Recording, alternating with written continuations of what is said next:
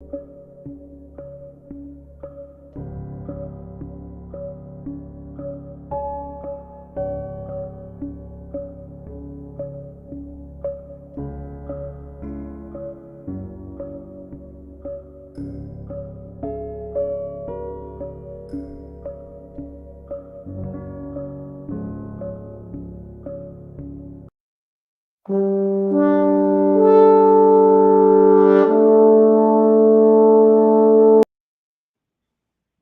hello, everybody, and hello, Angie. How are you tonight? I am good. How are you? I was reading a message. You know, Keena be sending us messages from behind The uh curtain. the curtain, and so I had to see what she was saying. Like, was she giving me some kind of orders? I So hear I'm you. trying to see what she was telling me to do. Well, how, Um, how have you been handling this cold with your walking? n- Done. Okay, so I wear a fanny pack when I go walk to hold my phone in, my keys in, and a pair of gloves. And the pair of gloves are in there all year, spring, summer, all the time. So I'm walking yesterday. I had to go get a cup of tea from Starbucks, and I put my gloves on because it's just too cold. I can't live my life like this. I was freezing. I wanted to put my big coat on, but I think the next time I go out, I'll have a hoodie on. I was freezing. Oh my God. Our hot tub, our spa thing was on this morning when I woke up. It woke me up actually because it automatically kicks on when it gets below a certain temperature, like I think it's 39 degrees or something. Oh, I was reading the questions, some of the questions. Oh, no problem. Anyway, so it kicked on, so I knew it was cold this morning. So I was See? thinking, I bet Listen, when Angie I would went not be outside, Don, walking. it was frost on the windows. Oh my goodness. I was like, this just ain't right. I can't live my life like this. And I act every winter, I'm just as stunned as before. Like, it really get this cold because you're so used to it being so warm. Then when it get cold, you're like, it really get this cold? I can't believe it. And it get this cold.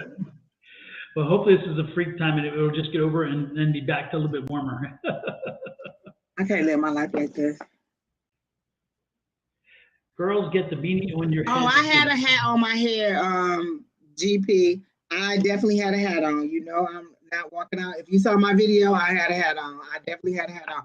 I'm about to get some earmuffs or just put my hoodie on. It's just too cold. I can't deal with it. I will take that heat over this any day. But Listen, you are everybody definitely, on my timeline from Michigan, they are, it's cold, it's cold. I told y'all, y'all think it don't get cold in Arizona. It get cold in Arizona. It gets very cold in Arizona. I don't like mhm. it. They had snow in Kingman this week, and they had big time snow in Flagstaff. They had over a foot of snow in Flagstaff this week. Yeah, I saw it. You'll never see me up there in the winter. I love it. I They want to were go up talking there about road forever. closures and blah, blah, blah. I was like, who would choose to live that life? No, thank you. I haven't been skiing forever, so I need to go up. I want to go skiing. It's been too I long. thought about skiing too. No, thank you. I think my sister and I'm going to Utah in January. Utah in January, the peak of winter. No, thank you. Y'all gonna get avalanche then? No, I'm not doing it. Oh my gosh, what part of Utah? Because I know it's going to be it's the Zion. We used to go as far in as Zion, and that was about it. There was nothing. I didn't leave anything in Utah, so I really didn't want to go back to it, except for Zion. I don't know. Keena probably. Keena, what part of Utah y'all going to?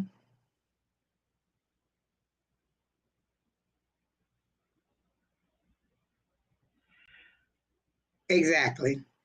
Exactly. Wait, you not going? Oh, but Kamora going. So what? Where are they going? Wait, why you not going? Hmm. Probably because it's too cold. Oh yeah, it's too cold. Exactly. That's all I'm trying to say. Y'all act like just because we from Michigan, we don't get cold. I was cold in Michigan. I didn't like it.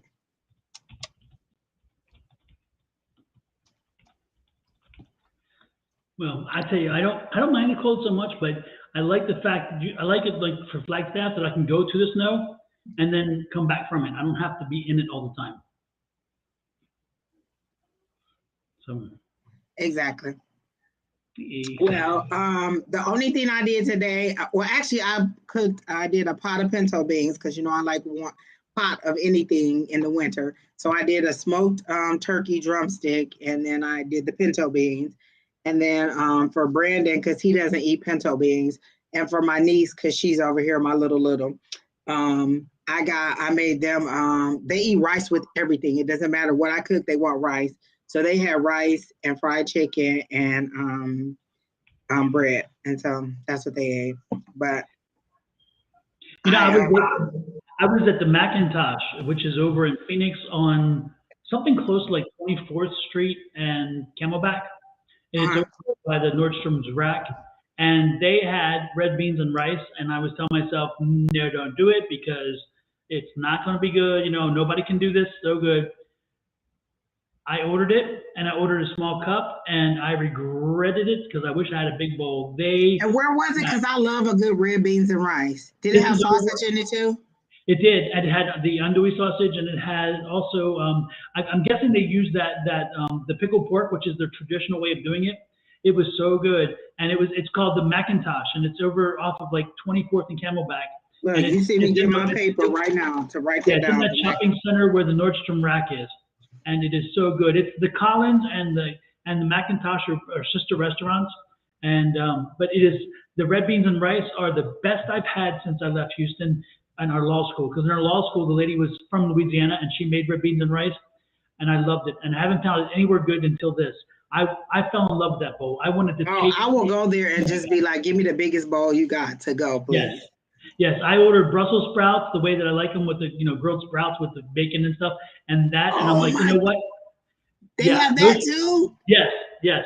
So that was my meal. I had the Brussels sprouts and the red beans and rice, and I should have ordered the bigger one because it was so damn good. Listen, I will cook some red bean, I mean, some bacon and some Brussels Brussels sprouts. sprouts and eat that. When I'll put my onion and bell pepper in it with it when I cook. I'll eat Hmm. just that, or make me some bread too to eat with it. That's a whole meal. I don't need nothing else, just that little bit right there. It's so Yep, good. yep. Well, And my town and mom country didn't make it shopping. when we were younger, but now she'll make it all the time. Yeah, Julie says town and country shopping center. Yeah, yeah. And it's so good. And again, it has they do the Brussels sprouts like I do, cut in half, and then they bake them off with the candied bacon. Calling Dr. Bombay! Calling Dr. Bombay! Emergency! Sorry. That's my ringtone for my better half. Anyway, so they are so good, and then with some balsamic vinegar. Anyway, it's delicious. So that was my meal. Oh yeah, Salt Lake City. Oh, that sounds good. That sounds really good. Exactly. So, with that said, let's get to it. Who do we read first? Yeah, Julia, it is Town and Country, and again, Macintosh. If anybody's in Phoenix and you want to get some Oh, good I will food, make a trip over there just to go. I'll go and get some good food. exactly. Hey, Terry T, happy birthday, happy belated birthday. Of course, I saw you on Sunday with your birthday, and it was good. Oh my goodness, Terry T said, he said, Miss Angie, you are funny on your walks. No, not that one. He said, you are funny on your walks. You should do one with Don and you roaming the streets and just giving random people reading. That would be cool. I kind of like that. Yeah. I Those love talking. I be on my walk just talking, talking, talking. People be cracking up like, what is wrong with you? I'm like, this is what happened on my walk. I'm serious. There was a live band on the corner one day, and I thought I was recording it, but I wasn't. And I had it on photo, and I thought I had it on video, so I just pressed the button and it took a picture, and I'm just going by like this, didn't catch none of it, but they was hilarious on the corner singing. Like they had the karaoke microphone, the big speaker. He had a good time. Like they were on the corner singing their hearts out for donations to get more equipment. Yeah. The only thing that I wouldn't do is a mediumship on the street because the mediumship readings again, those are dicey. So you don't know who wants to really know. So it's like don't do that. Remember, I've seen a few different spirits, and I'm like, When I'm with Sherry Berry, it just automatically kicks in. Like we went to Lolo's in Gilbert this past weekend, and we were sitting there, and the table behind us was just having all kinds of stuff going on. And we were talking, then all of a sudden we both was like dead silent, and we were both just all up in their mix, their whole family, and the son and the mom. Oh my God! And I couldn't tell if she was a stepmom or the real mom, but the son had it with the mama. She was working his last nerve. Oh my! And I was like, it was, listen, just randomly getting in folks' head. And I usually don't do that, but it only happens when I'm with Sherry Berry. I think she's a bad influence. It must be that Sherry Berry energy. Normally, I would not do that, but today I went on my walk and I did not record because it's just cold, people, and I just was trying to get it done and get back, and it didn't look pleasant, so I did not record it. But maybe I'll do one tomorrow because everybody seems to like the videos. Well, super. Then let's see if we can, what we have for, who is it? Lotus Siren, okay? Okay. All right, let me see what Lotus Siren has. Hello, Agent Don. Here, Brandon. To know if I will pass my Series 7 on January 9th and how will I do on the Series 63? Oh my God. Okay. Immediately when I read your question, I saw you studying, like with the book in your hand, going over and over and over and over. But you're taking, I'm going to tell you the same thing I told Terry T when he was going to take his test. If you had to explain this to me, what this stuff meant, or what some of these terms are, what some of this, how would you explain this to me? If I said, how do you do whatever the test is, how would you write out the steps for me to understand? If you could memorize, if you remember how the steps go and what order the things go and how to, do these processes, it should be easy for you to answer. But I do see you studying very frantically, but you're trying to remember, like you're trying to memorize versus just learn it by knowledge. So if I came up to you and asked you whatever question and you just explained it to me, like if somebody asked me how to make spaghetti and meatballs, I would say, well, this is what I do. I cut up my onions, I cut up my bell pepper, I put my meat in and brown it, drain the oil off. So I would walk it out step by step instead of trying to memorize each little thing. Like if they gave a question, what do you put as weight? Like memorize the process for what you're doing, and then it'll be easier for you when the questions come up because you know it's step by step by step if there's a process. But I'll ask the pendulum if you're going to pass on January 9th. So Lotus Siren wants to know, will she pass her Series 7 on January 9th? I got a quick yes on January 9th. So for me, that's a yes. And again, I saw you studying, so I think that you're doing pretty good. And then you said, and how will I do on the Series 63 a week later? So will Lotus Siren.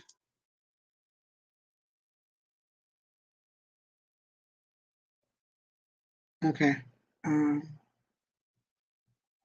So then it says, will I pass the Series 63 1 week after I take the Series 7? And I got a yes on that too. I feel like you really know it's just you making yourself extremely nervous. You got to settle down a little bit and just kind of give yourself a break and just try a different learning technique. So maybe watch some videos too. They're usually YouTube videos. I think me and Don told you that before, to watch some YouTube videos and to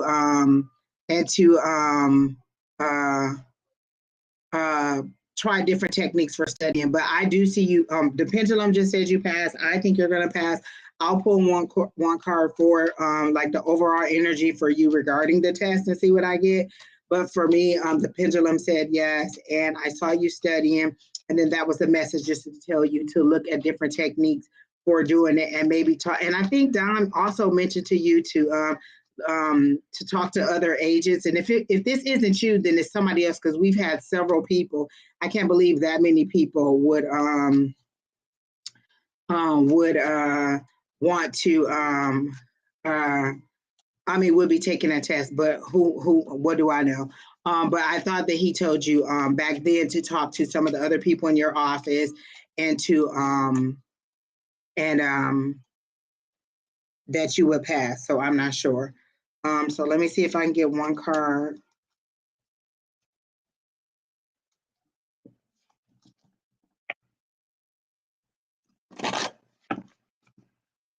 Okay, so all right.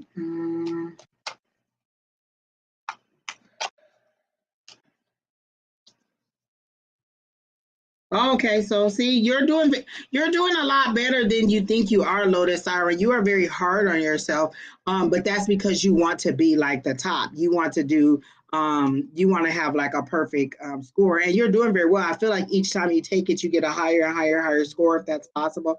But I feel like you have very good study habits. You seem to know when to buckle down, when to stay out of social, calm your social life down, and you're really serious about getting this done. So I think that you're going to be fine. So I truly believe that you'll be fine with this test. All right. So that's all I have for you. And Don had to step away for an emergency. I'm not sure when he'll be back or if he'll be back, but we'll go for a little while and then I'll give you an update as to what he's going to do. Oh, that's that perfectionist. I was like, you just want a perfect, and that's what I heard. You want a perfect score. You want 100. You don't want to miss anything. And if you miss it, you want to know, well, what did I miss and why did I miss it? And was it a trick question? Like you really tear it apart when you think that you didn't get 100%. But you are very knowledgeable, is what Spirit is telling me, and they're showing you like.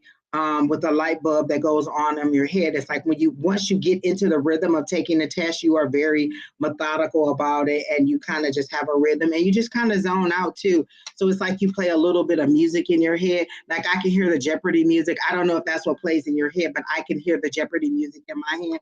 So I assume that you do something that is a little bit methodical to put you in the mood while you're in the test. Yeah, you don't like not knowing. Hi, Mystic Ray. Hi, Miss Irene. Hi, Terry T. Hi, Paul. Hi, Miss Susan. Hi, Julie. I don't know if I said hi to everyone on here. GP, Pam. Last name Wilson. Woo! That list got long. Jasmine, Selma. Lots of people. All right, so Blue Ocean is next. Can I have a general reason? You sure can. I will pull 2 cards for you on a general reading. So let me see what 2 cards I have for you. But I did hear as I read your question, can I get up? As if you feel like you've fallen down and you're asking your higher power, can you get up? Is it time for you to get up and stand tall, like you're bent over or you're down on your knees praying and you're asking, can I get up? Like you've had a rough time. So 1 card popped out. I'm gonna get 1 more card. Oh, here's 2. Nope, that's too many. I'll get 1 more card for you, Miss Blue Ocean. So let me get 1 more card for you. That's 2. I'll take. Ooh. Okay. So the first card I got was action. It's the 8 of Wands. That means that there's going to be movement. There's either going to be messages coming in, letters coming in, some kind of correspondence coming in. This is things moving very quickly, moving in haste, moving in fast. It's also travel, holiday, romance, all of those things. This is all good. This is fast moving information coming into you, things that are going to start moving quickly. So that's the first thing that I get for you. And then I got the 3 of Swords. That's a broken heart. So either you're at the end of a broken heart or you're going to experience a little bit of a broken heart, but I don't think that it's romantic. It also says, depression and separation and sadness. So maybe there's just a little bit of sadness, but then I get the 2 of Wands, and for me, they're telling me that were you planning a trip and then you found out you couldn't go, and is that what the heartbreak is? Because for me, or the 2 of Wands is planning. So I got planned when I asked what the broken heart was. I got that you were planning something that you couldn't go. So is that true? You were planning a trip and you're unable to go on the trip. Is that what you're finding out? But it doesn't seem like a financial issue. It seems like I can't get a time off sort of thing. So I'm not sure if that's what's going on, but that's what I got for you.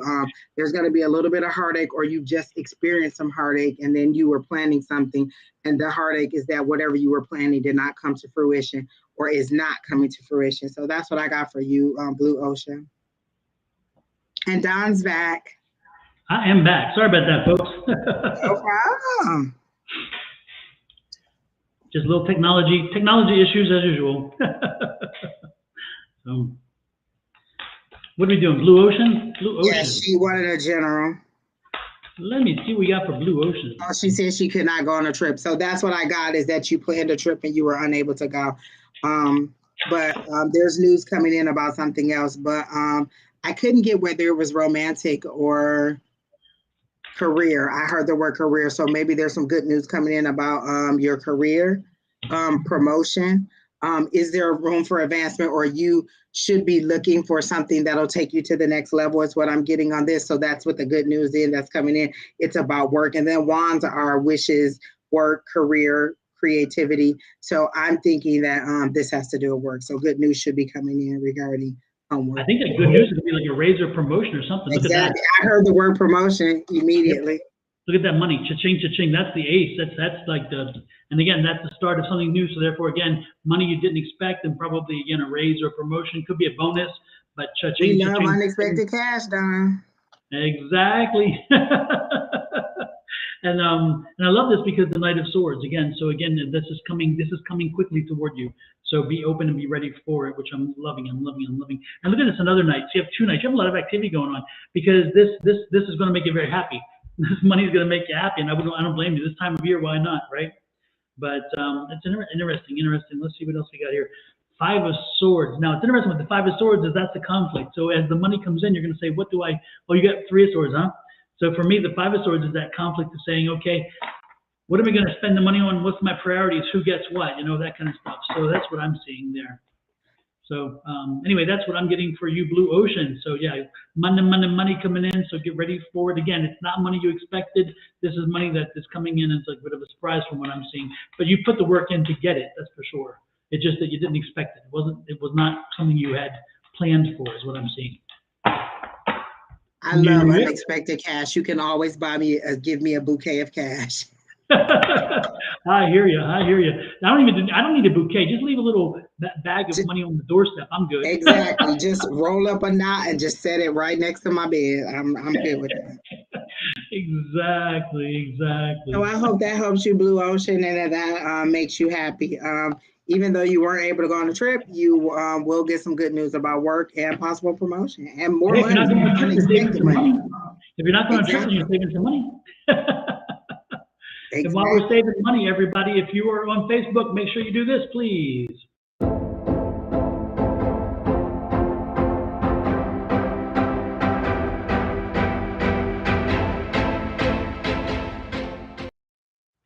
And if you're on YouTube,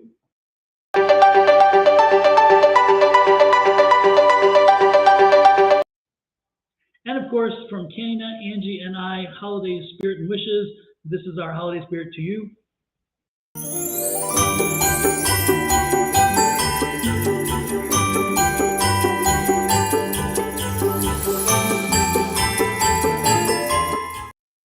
And I've yet to edit that to say Kina, but Don, let me tell you this. The other day, yesterday, when I went on my Starbucks adventure, I had like 4 videos I had to piece together. I combined them all together. I said, Don will be so proud. You can't even tell where one end and the other one start, because I don't know what I did. I just went in something. They was like, do you want to edit these? They sent me a video editor. And they was like, what do you want to add? I said, this one, and this one. And they put them all together and there it is. And it turned into one big video. I don't even know how I did it, but it was done. Nice. Oh, we're all getting high tech here. That's a good thing. We can get dangerously good. I'm trying. I hear you. All right, Isabella, she did not have a question, so I'm assuming she just wants a general. I'll just pull 2 cards for you for a general. since you did not put a question, and I'll ask what's for your greatest and highest good. So got the first. Ooh.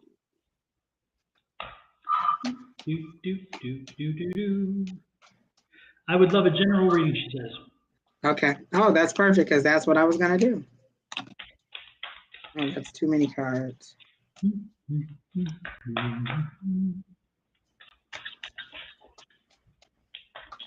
Okay, here's the other one.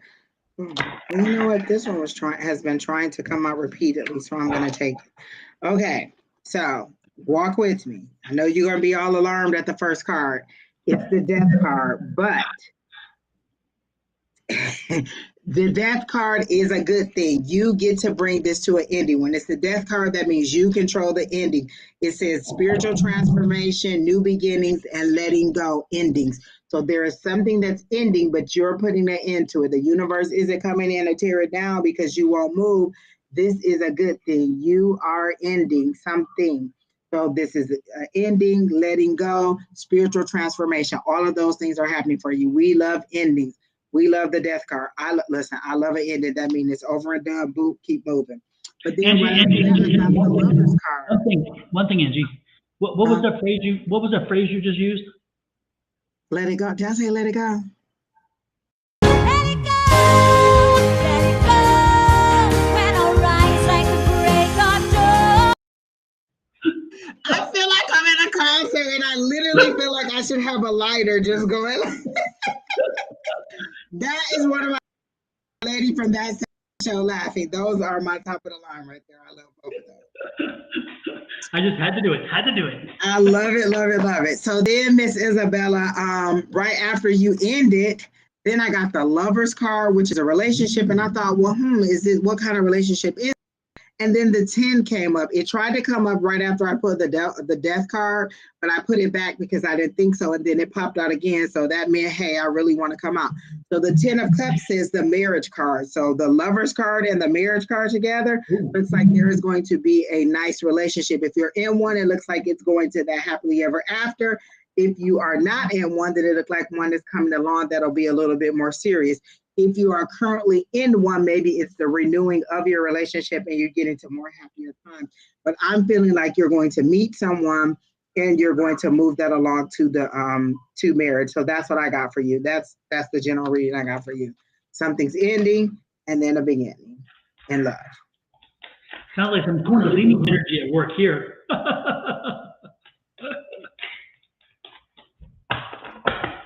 So that's that. And then, Don, what'd you get? Exactly. Oh my goodness. Hey, by the way, Catherine Metcalf, I mentioned her last week to everybody. She's the astrologer and she's doing those life maps, the life, whatever. Anyway, she wanted to thank the folks who responded to the ad and that she will get that work out to them. So just to let them know that, that's a good thing. And so anyway, 2 for $30, what a deal. Celestial map. I saw that and I was like, wow, that's pretty nice. Yeah, and all you need to know is their birth date, their birth time, and their birth location, and then she'll provide that. So anyway. Listen, I don't need to know nothing else about nobody else's life. I just need my life. Just I hear you. not nobody else. Listen. The people who if I get in your life, then you might start sending me messages about you. I'm good. No. For the people who took up on that, thank you so much, and you will appreciate them. They'll be great gifts for Christmas, I assure you. I like the little like she'll put a nice long Facebook post for each moon cycle. Yeah. And so I like when she puts those. It gives me a little bit of insight. I'm not very good at the astrology stuff, but I do like what she says. And I just usually she'll say it'll affect this house, and then I'll go look and be like, oh, okay, that makes sense to me. So that's what I do. That's the best that I'm gonna get. To me, that astrology stuff is so in depth. I never touch it. I'm like, that's her thing and other people's thing, and I appreciate what they do because it's too much for me. It's like I can't. Yeah, Tina likes it a little bit too, and she studied it a little bit more than me, but it's too much. And they're like, oh, well, it's this and that. No, thank you. I feel like I'm back in school again. No, thank you. Exactly. And who is it we're doing again? Sorry about that. Who was it we're doing, Kina? Do you remember? Kina, who are we doing? Wait, who was it just now? We did Isabella, right? Isabella, right? Okay. Oh, okay. Let me see what I got for Isabella. I love that name. Well, that says Selma, Wait, but I didn't so do. Don didn't do Isabella Kina. I do That's Isabella, I right? did Isabella. Okay, there we Yeah, go. Isabella. I just love that name. Let it Oh, that's go. the lady's name on Twilight. You know, I love me some Twilight. Mm-hmm. Isabella. My daughter called me the other day. She said, "There's a new Twilight movie out." I was like, "No, it isn't. I would already know." They re-released one of the other movies, and she was like, "Oh my gosh, you got me into those," and I love them. I said, "Me, Ali, when Ariane was my little, and Brandon, we went to see every one of them when they were released the week that they were released. We loved them." I've got an interesting card here. Again, it's your chakra alignment. Okay, so it seems like when you get this card, generally speaking, you have to look at the cards around it, and one of the cards I got is this one, and so I'm feeling like your chakras are quite out of alignment, and so I think you might want to do some adjustments with your chakras and get them in line. One way to do that is there's some videos. There's many ways to do it, but one way there's some videos on YouTube that can help you by teaching you how to line your chakras up again. There's a number of quick trips. I think I've even did a video on it, which is quite interesting, you know, and how you spin the plates and so forth. But the point is the biggest thing is your chakras are a little bit out of alignment, so you may want to get them in line, which is kind of nice, and get ready for what's coming to you. Because again, I'm getting this feeling like you're metaphysical yourself, and I'm getting the feeling like there's a bit of a download coming. Look at that third eye. Look at that third eye. It is on fire, and it is ready. It It's is beautiful. Isn't it beautiful? Look at that. I love it. So again, I think you're getting ready for that the download. And look at this. I mean, this energy, this vibrancy. When you come through, this is you. You're going to be seeing so much more and feeling so much more. So get ready for this. Get ready to embrace this. I think that this is what's coming for you. So again, get your chakras lined up. Make sure that you're open up to all things, and your energies are totally focused. So where you can benefit from it. Okay. So that's what I'm getting. Sorry. No problem. Next is Selma. And Selma is a general reading. And you are right. There are a lot of good chakra videos on YouTube. Like there's a lot of stuff on there for free. Like YouTube is a wealth of knowledge. Like just anything you want to know, you can find on there. How to cook this, how to fix that, blah blah blah blah blah blah. YouTube University. Like that is the best place to find out how to do some stuff. It's kind of become my Google. I used to go to Google for everything, and so now it's kind of my Google, because when I want to find out how to do something or whatever, I go to YouTube to find it, and I can find somebody who, if they're cooking something, I can watch how they're cooking. I don't have to Exactly. read. You know, if I'm looking at how to fix something on my car, I'll do it. If I need how to figure out a alarm signal that's coming on the dishwasher, whatever it is, I can look online and do it. I learned how to change the filters in my car, how to change the little air motor thing, the little AC motor in my car. Me and my son did that. All kinds of stuff you learn how to do on YouTube. Yeah. And you just be like, wow, YouTube just has anything. Or you can start a garden, just anything people put on there. It is amazing. You can probably take guitar lessons on YouTube. Didn't you tell me that there's even the sounds or something, that continuous sounds of like shuffling and things like that? You can listen to shuffling sounds. You can listen to bells, bowls, whatever you want. But there's a shuffling sound, and then there's that. You know how when you're in a casino and you hear those coins dropping, ching ching ching ching. Yeah. There's that sound too. You can listen to that continuously. People have everything online, and I'm just like, really? And it'll be like 9 hours of just whatever. That's amazing. Yeah. Yeah. So I go to YouTube for most anything now. When I need to figure out how to do something, that's where I go for it. Yeah, it is amazing what you can find on there. Exactly. I taught my son how to tie his tie from YouTube. We went on YouTube, and it was beginner, and we learned how to tie his tie on there. You do what you got to do. Everything on YouTube. But you know what I can't figure out? Even watching YouTube, I can't do the bow tie thing. I still watching them do it. I can't do it. I don't know why. I've seen them. There's probably 50,000 videos. One person does it this way, because even with the tying of the tie on video, there was probably 4 or 5 that we had to choose from, and I picked the one that seemed the easiest to us. That was the least amount of, flips and turns and blah, blah, blah. But there were so many different kinds of beginner videos. Yeah. So yeah, even with like I was on there looking for how to make chicken and wild rice soup, the kind like Panera. There was probably 10 videos that said copycat video. So That's amazing. I love it though, because again, you have those options, which I think are amazing. yeah. So, Yeah, my friend wanted a shortcut to making red velvet cake, and she went on there and found a Sandra Lee semi-homemade. And I used to love Sandra Lee when she was on the TV Food Network or whichever one she was on. I loved her because I'm so semi-homemade. Start with something that's already there, add to it. I always loved her. And they got rid of her show, but I would have still Ina Garten. I love her. I love Ina. Oh my God. I just always want to attend her party. She's just so, it just looks so inviting. She seems like such a nice host. Yeah, that's almost homemade or something was Sandra Lee's, right? Semi-homemade, yeah. Semi-homemade, yeah. And then, but yeah, Ina to me is like a notch above the rest. She is just. She's so sophisticated, and but she's still down home. So you want to go there, and you're just like, oh, she's such a gracious host. And then this one lady was pregnant, and she made her this big, beautiful basket and took it over to her with all these, like she made her fresh preserves and put all this stuff in there for her to eat, while she was either while she was pregnant or right after she had a baby. But it was a big, beautiful basket, and how she just threw all that stuff in there. And I was like, I would love to get a basket. Yeah, no, I love her. I think, and also her sophistication, she doesn't smack you in the head with it. She's just like, this is what I've seen, this is what I do, and if you like it, then we do this. It's not like, this is the only way to do it. She has a really good way of just kind of, sharing. I love it. So Mystic Rain, I'm telling you, the video that we did, she said or Mystic Rain said learning how to tie the tie was never ending, and she couldn't grasp. Let me tell you, this had to be like 3 or 4 little bloops, and then you were done, and you were like, dang, I did it right. But I'm gonna send it to you, Mystic Rain. I'm telling you, it was the easiest video ever. My niece said she learned how to do it on there. I taught my son how to do it, and it was the easiest video ever. Now, there are some that are overly complicated. I'm like, that's just too much. It's about 17 different things. It ain't even that much of a tie to tie for you to have that many steps. But the one that I saw was probably 3, maybe 4 things to do, and it was so easy. I remember they used to have a rhyme, and you would think over the bridge and under the tunnel and whatever, and that's how they explained it. Yeah.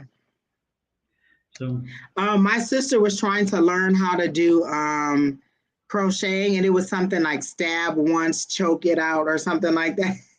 For people who couldn't understand it, but it was like stab it, choke it, pull it, or something. Like it was all hard things about hurting someone, but they kept doing it over and over. He was like, I guess you can remember that, stab it, choke, whatever it was. I sent it to her and tagged her in it. I don't know if she did it, but it was neat to me that was the terms that they were using on YouTube University. Let it go. So Selma, general reading for Selma. Let's look up some Selma here.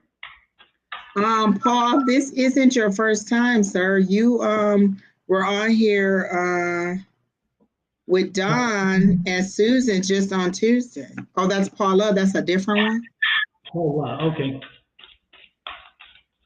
Isn't the other one the same? No, one is Paul, Paule. And is it black also? Uh-huh. Oh.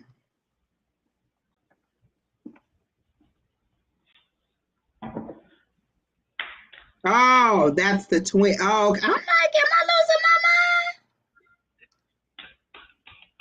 mind? Let it go, let it go.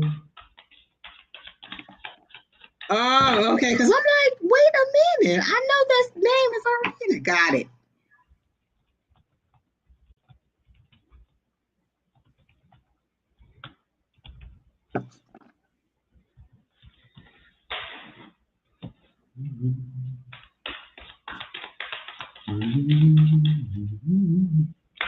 So let's see, Selma. Yeah, Selma, I'm working on your energy. Working on your energy, Selma. Let's see what we get here.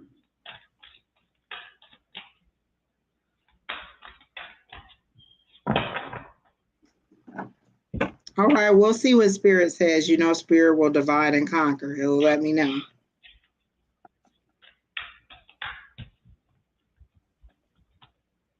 So Miss Selma wants a general. I'm just gonna pull a card. When you don't ask a question, I'm not gonna try that hard. Oh, dang. I might be right. Let me keep going.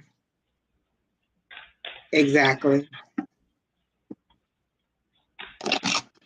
Man,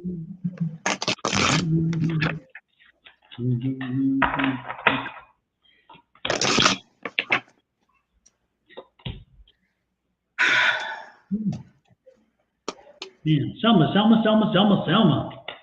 I'm getting that infamous card that Angie just had, the death card, the change card. And the change card is in reference to a job. So I don't know if you're looking to change jobs or change professions, but that's what I'm getting. I'm getting a change of jobs. And I'm liking this because you're not really certain if you're ready for this or if you want this. But again, when the option arises, it seems like this is probably the best thing for you. You can make this happen. You can follow through. So do it. If a job is offered to you, take it. Focus on the things that you need to focus on most to make the decision, and ignore the rest, because again, there's a lot of things in the decisions to be made. So make sure you're focused on which it is, but in the end, you're going to be making more money and you're going to be more stable with this. So again, take that opportunity if you can, Selma, and make sure that you embrace it and make it work to you for your advantage.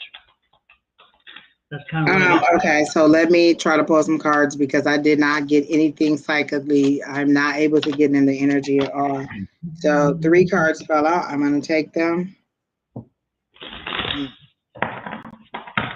So I got the Wheel of Fortune. That means that something is turning in your favor.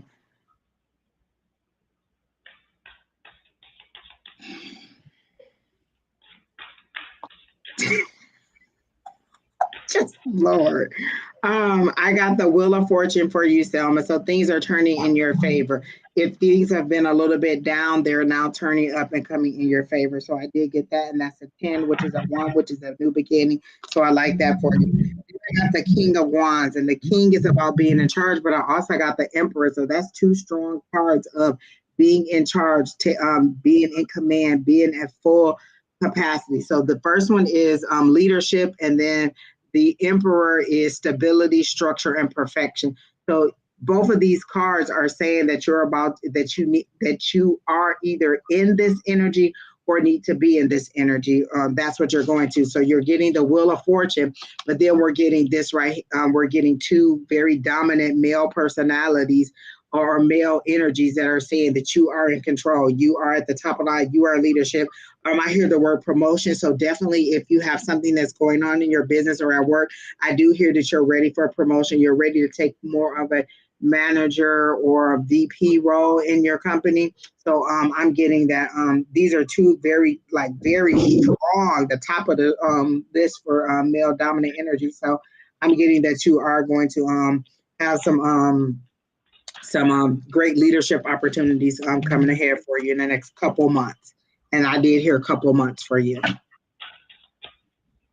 Thinking about a job change. Okay, so I'm thinking that if as I read that, if you get your resume out there, update your resume and use strong leadership words. Like your resume doesn't seem to accurately portray exactly all that you do. You are downplaying your skills, and they're saying you need to use some more words that show what your leadership is and show some of the changes that you've made.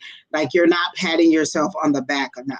You're not giving yourself enough credit for what you're doing. And you're doing a magnificent job. And if you want to move up, I'm hearing that you can have a 6-figure salary. If you already have a 6-figure salary, it could be higher, but you can have a 6-figure salary in 2023 if you actually market yourself correctly. You're just not putting your skills out there. So that's what I got for you, Selma. Selma, if I could offer you some advice, I used to be a legal recruiter while I was in between legal jobs and wanting to find myself, shall we say. The one thing I would suggest to you is make sure you use power words in your sentences. Use power words. Find words that are specific to your environment, specific to your career, and use those power words. Make sure they're in there. Plant them, embed them, because when somebody reads a resume, often they are somebody who is not in your field. They are somebody who's either a recruiter for the company or a recruiter for an outside recruiter brought into the company, and they are only looking, they're told a list of requirements and buzzwords and understanding of what the job is, but not much more. So you want to make sure that you get put your application gets put to the top of the list by using those buzzwords, those power words, and making sure that again, like Angie was saying, you have to overstate, but also be careful not to overstate and underdeliver. Make sure that when you overstate something, it's still, you can do it. But you have to make sure that you bring it to their attention that you can do it. Do not be shy. This is one time your shyness does not work. No, I will tell everybody, do not be shy on your resume. Do not be shy, because that is your introduction. And it is the one time where you have to present yourself, and nobody and nothing else will represent you in that moment except for that piece of paper. And when you look at it compared to the others, that's important. So make sure that you do that. Also, if you are education heavy and job light, make sure that the education goes first. If you're job heavy and education light, then the job goes first. If you have underneath, if you're involved in the community, make sure that's in there. And if you have any accolades or things that were given to you, awards and rewards, not only from work, but also community and those things, make sure they're in there too somewhere, because again, that just shows that you have stability, that you can bring benefit to the organization, that you're not just a cog in the wheel. And those things are what I looked for when I was recruiting. I made sure that I got somebody who was well-rounded. And I'm not saying it's going to work for everybody, but I will tell you, again, when I used to look at those resumes, I only had a few minutes to look at each resume, and yet you worked for hours on that resume. You worked for hours to find the opportunity to send it, and I had 2 minutes to look at it because I had so many to look at. So again, make sure yours rises above the rest. And make sure the form and the flow is nice as well. And make sure there's nothing contradictory. If you look at your dateline, and in your dateline, you show you work someplace, and then in your dateline later on, you show you did something else, that's a red flag. At that point, you're gone. So again, make sure that your thing flows properly. I also like to I have several different versions, because like I was in education, I was in like housing, now I'm in compliance. So I have different versions of my job based on what job I'm trying to get. And so I always like to look at samples. Like there are very good samples out there. So if I want an HR resume, I'll see what they're putting out there, or I'll look at what the HR jobs are requiring and see if I have those requirements, and then use some of those buzzwords that they put in there, on my resume, because that's what the search engine is looking for. That's what the person's looking for, those words. And so I often, look at other resumes, and then I also use, whatever the advertisement is for the job that I want, to see what they're saying in there that they want, to see if that's what I have on there, or if I can do whatever it is that they're asking. And that's worked for me a lot too. I'll show you, not to deviate too much, but I will show, let me see if I can show you one that is a great format, so you can see what one looks like. And you don't have to use this, but again, it's a great format to use. Let me see if I can share it. I should be able to. Can you all see that? Oh, yeah. Mm-hmm. And you see the, again, my name, the profile, professional experience, and then education, bar admissions, professional affiliations, and recognitions. Smooth, clean, easy. So that's just an idea of again, how one flows. And that's one that I used to love that format when I would see it. And so I copied that from somebody else when I saw that format. I thought it worked well. So anyway, that's just an idea.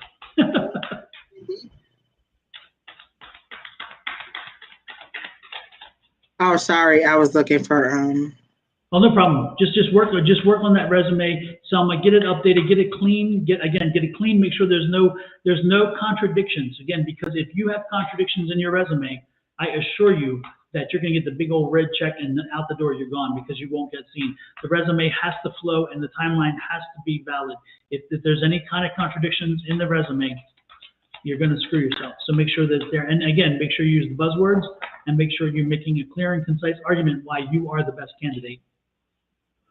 Exactly. Everybody hates to update their resume, but if you continuously update it or keep it, like as soon as I get a new job, I try to put the new job on there, so that I don't have to rush when I need a new job. Because usually when you need a new job, you've had it up to here with these people, and you just get out of there. So I try to keep it updated so that I'm ready at all times for it.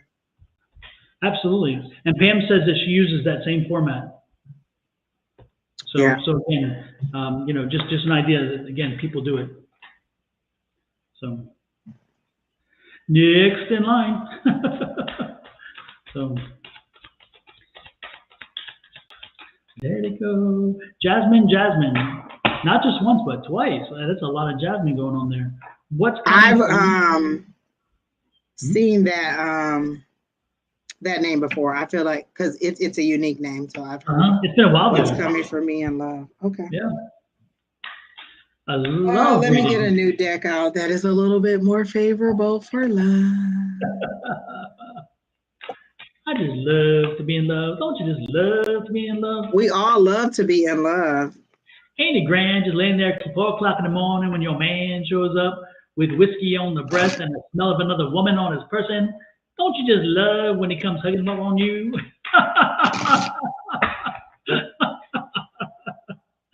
It's an old dialogue, sorry. It reminds me of Sugar Baker. It's actually, it comes from the Rose, Bette Midler's in the Rose. Oh, Yeah. it reminds the tone reminds me of Sugar Baker, but you know I love her anyway. Julia? Julia. Love me some Julia. I love one scene that's really strong from Julia, and that's the one where she comes into this dressing room of a pageant, and they're talking. The one girl is trashing her sister and making fun of her being Miss Georgia way back when, And Julia says, "Aren't you whatever?" And she goes, "Marjorie whatever," and she goes, "I'm Julia Sugarbaker, Suzanne." "Oh, I didn't know." And she says, "There's some other things you did not know." And then she goes on to talk about the contest, and she says, and she threw that baton higher, farther with flames on it than anybody ever could, and it hit. And she says it in one long stream of a nice paragraph to put you right in order, and then walk away with a little smile on her face. Yeah, and she gets up in her face. I mean, she's in the face. Yep, and she gets getting Marjorie, and and that's the night the lights went out in Georgia. I love her. I do. I just love it. So yeah, Julia's my girl. I love Julia. Take no prisoners. Actually, I love them all in their own unique way. They remind me so much of the Golden Girls too. Like each one of them had their own thing that they brought that I just loved about it. So it is one of my favorite shows to watch too. I like when she goes off on the one customer, because the one customer hears that they're going to design who has AIDS. And this is in the 80s, which AIDS was not the topic, but yet they had it on that show. And she says something else. She says, if they, these people brought on themselves, whatever. And she goes, "Marjorie, if bad behavior, whatever, whatever, then you'd be at the VD clinic all the time, and so would I."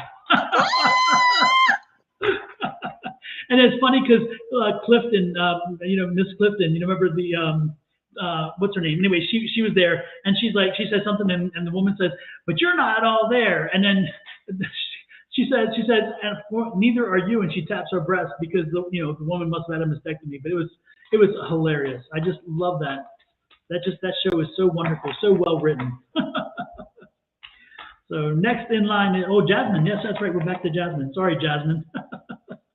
Miss Jasmine, I do have 2 cards for you. I pulled them and I was trying to read into them. Don, if you have something, you can go ahead. No, go ahead. Okay, so I did get 2 cards and I was trying to make sure that I was getting it right because I got the cards and then I thought, oh, they said she's judging herself too hard.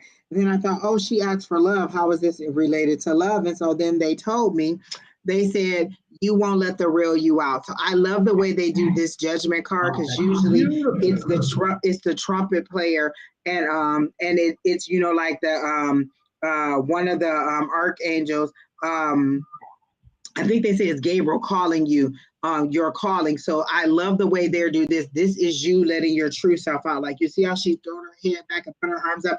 This is you. They're saying you won't let the true you there. You seem to be the way they show you is very rigid and stern, very controlled, very much in control of your emotions, not letting anyone see you sweat, not letting anyone see you cry. You've been through some traumatic experiences and you are very much, you keep yourself very formal. You don't really let your hair down a lot. And they're saying you need to let the real you out. You're suffocating you. But this is what you want. You want an emperor. You want somebody who makes moves, who has that leadership ability. I like the way that they do the emperor because they show him with that chess piece in his hand. And in chess, if you're holding that piece, that means you know how to make the right moves. And then they also have that at the back. So that's the GOAT, like the greatest of all time. So I love the way that they do the emperor. And this is what you want. But because you won't let the real you out, you can't find this person. You're not releasing yourself to be open to find the love that you want. You're so put together and you're so formal and you're so tight. They really show me like I feel like I'm confined and they have me in a straight jacket, but it's something that you've done yourself and it's a protection so that you won't be hurt again. So I understand why you're doing it, but they're saying you need to let some of the real you out so that you can attract this person. You're attracting what you're putting out there.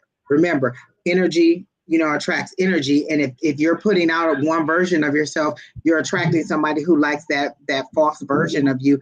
And the reason it doesn't seem to be working out is because the real you isn't being showcased in order to attract the person that you want. So that's what I got for you in love. So I don't see any new love coming, but they're saying if you will relax a bit and let the true you out, then there could be something coming up in the future. So that's what I got for you, Miss Jasmine. Well, the Jasmine for you and from you, the energy from you, but is for you it came through again. I just think you come through some some bad choices, and unfortunately they've helped you to build a wall around yourself, and it's like you kind of are very guarded, which is what this card is, a guarding card. This is guarding your money, but again, it's that guarding card, it's that protection card, and it creates an internal conflict because when you get into a relationship, you bring the old to the new, and so you can't continue to lay the old relationship issues on the new person because it's not their issue or their issues. It's your problem, your issues. You got to get over it. And when you bring that in, all you do is you create a very defensive posture, which eventually pushes people away. And so be careful about that. You need to work on it. And it's interesting here. I see the Knight. So again, you need to work on it. You need to make something happen. You cannot wait for other things to happen around you. There's not a man who's going to be wanting to come in and to save you and protect you and fix this problem because it's not something that they can fix. It's something you have to fix. And it's part of you letting go again, back to that one, letting go of all of that stuff that you've brought forward. Let it go, leave it in the past with the relationships that were in the past and let these relationships stand on their own merit. Now, of course, they could fail in the same way because part of the other problem is you probably keep choosing the same type of person and you end up with the same solution. And if you want to change that solution, you got to change the dynamic of what it is you're doing. So maybe you should be looking at different types of people and say, yeah, they're not quite inside the box that I usually choose, but maybe you need to shift the box around a little bit and say, you know what, let's try something a little different here. I don't know. You know what, Don, as you said that she needs to shake it up and step outside the box. I heard you're scared, you're afraid to have fun. It's like she's afraid to laugh. She's afraid to do anything that will show any kind of emotion or weakness. And so there's this picture like she's in control. She's she's a decision maker. She's a leader. And all those things are great and fine, but it also doesn't allow anybody to get to know the real you. If nothing else, people will tell you that I'm funny, because I always try to make people laugh, because comedy is another way that I get through painful situations. If I'm having a bad day, sometimes I'll just put on one of my favorite TV shows that is funny, and then I'll watch it and it'll help me out. Or sometimes I'll just listen to some music that is upbeat, but you have to be able to laugh. And that's what they're saying, is that you're wound up very tight. And we know that it's a protection thing, which we totally understand, but you're not going to meet the person that you want with the way that you are. That's what I was going to say. I saw this lady on TV. She was doing a stand-up show, and she had these other little things interspersed throughout the comedy special.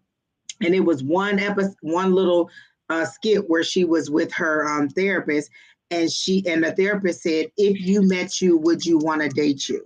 So think about that. I've been asking that question to everybody ever since. If you met yourself, would you want to date you? I think that I would want to date me. I'm funny. You know what I'm saying? I get things done. I'm always out trying to help people. So I think that I am a very nice person to date.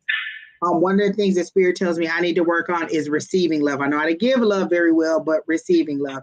And so in your situation, you are needing to learn how to just kind of let your guard down a little bit, or just kind of be you, not even necessarily let your guard down, just be naturally you. You're so poised. It seems like you're always up. Your shoulders are always up. They're never relaxed.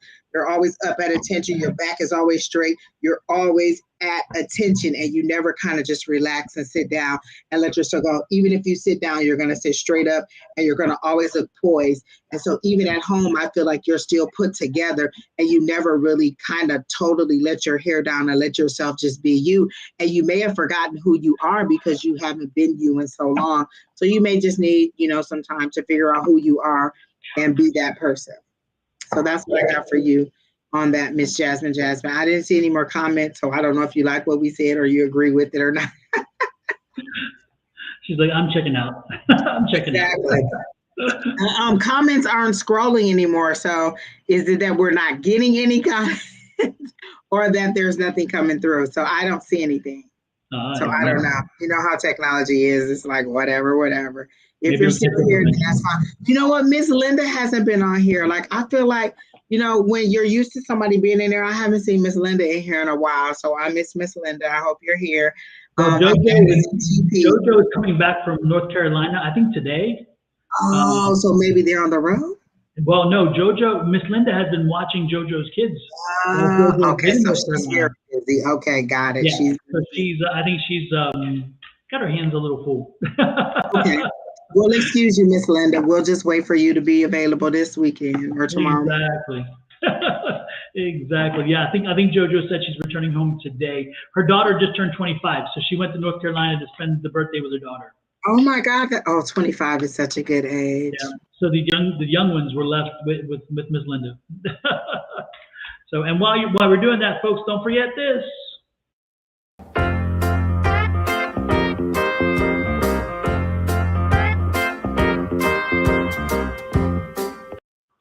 All right, and don't forget holiday wishes from Angie and the Mike.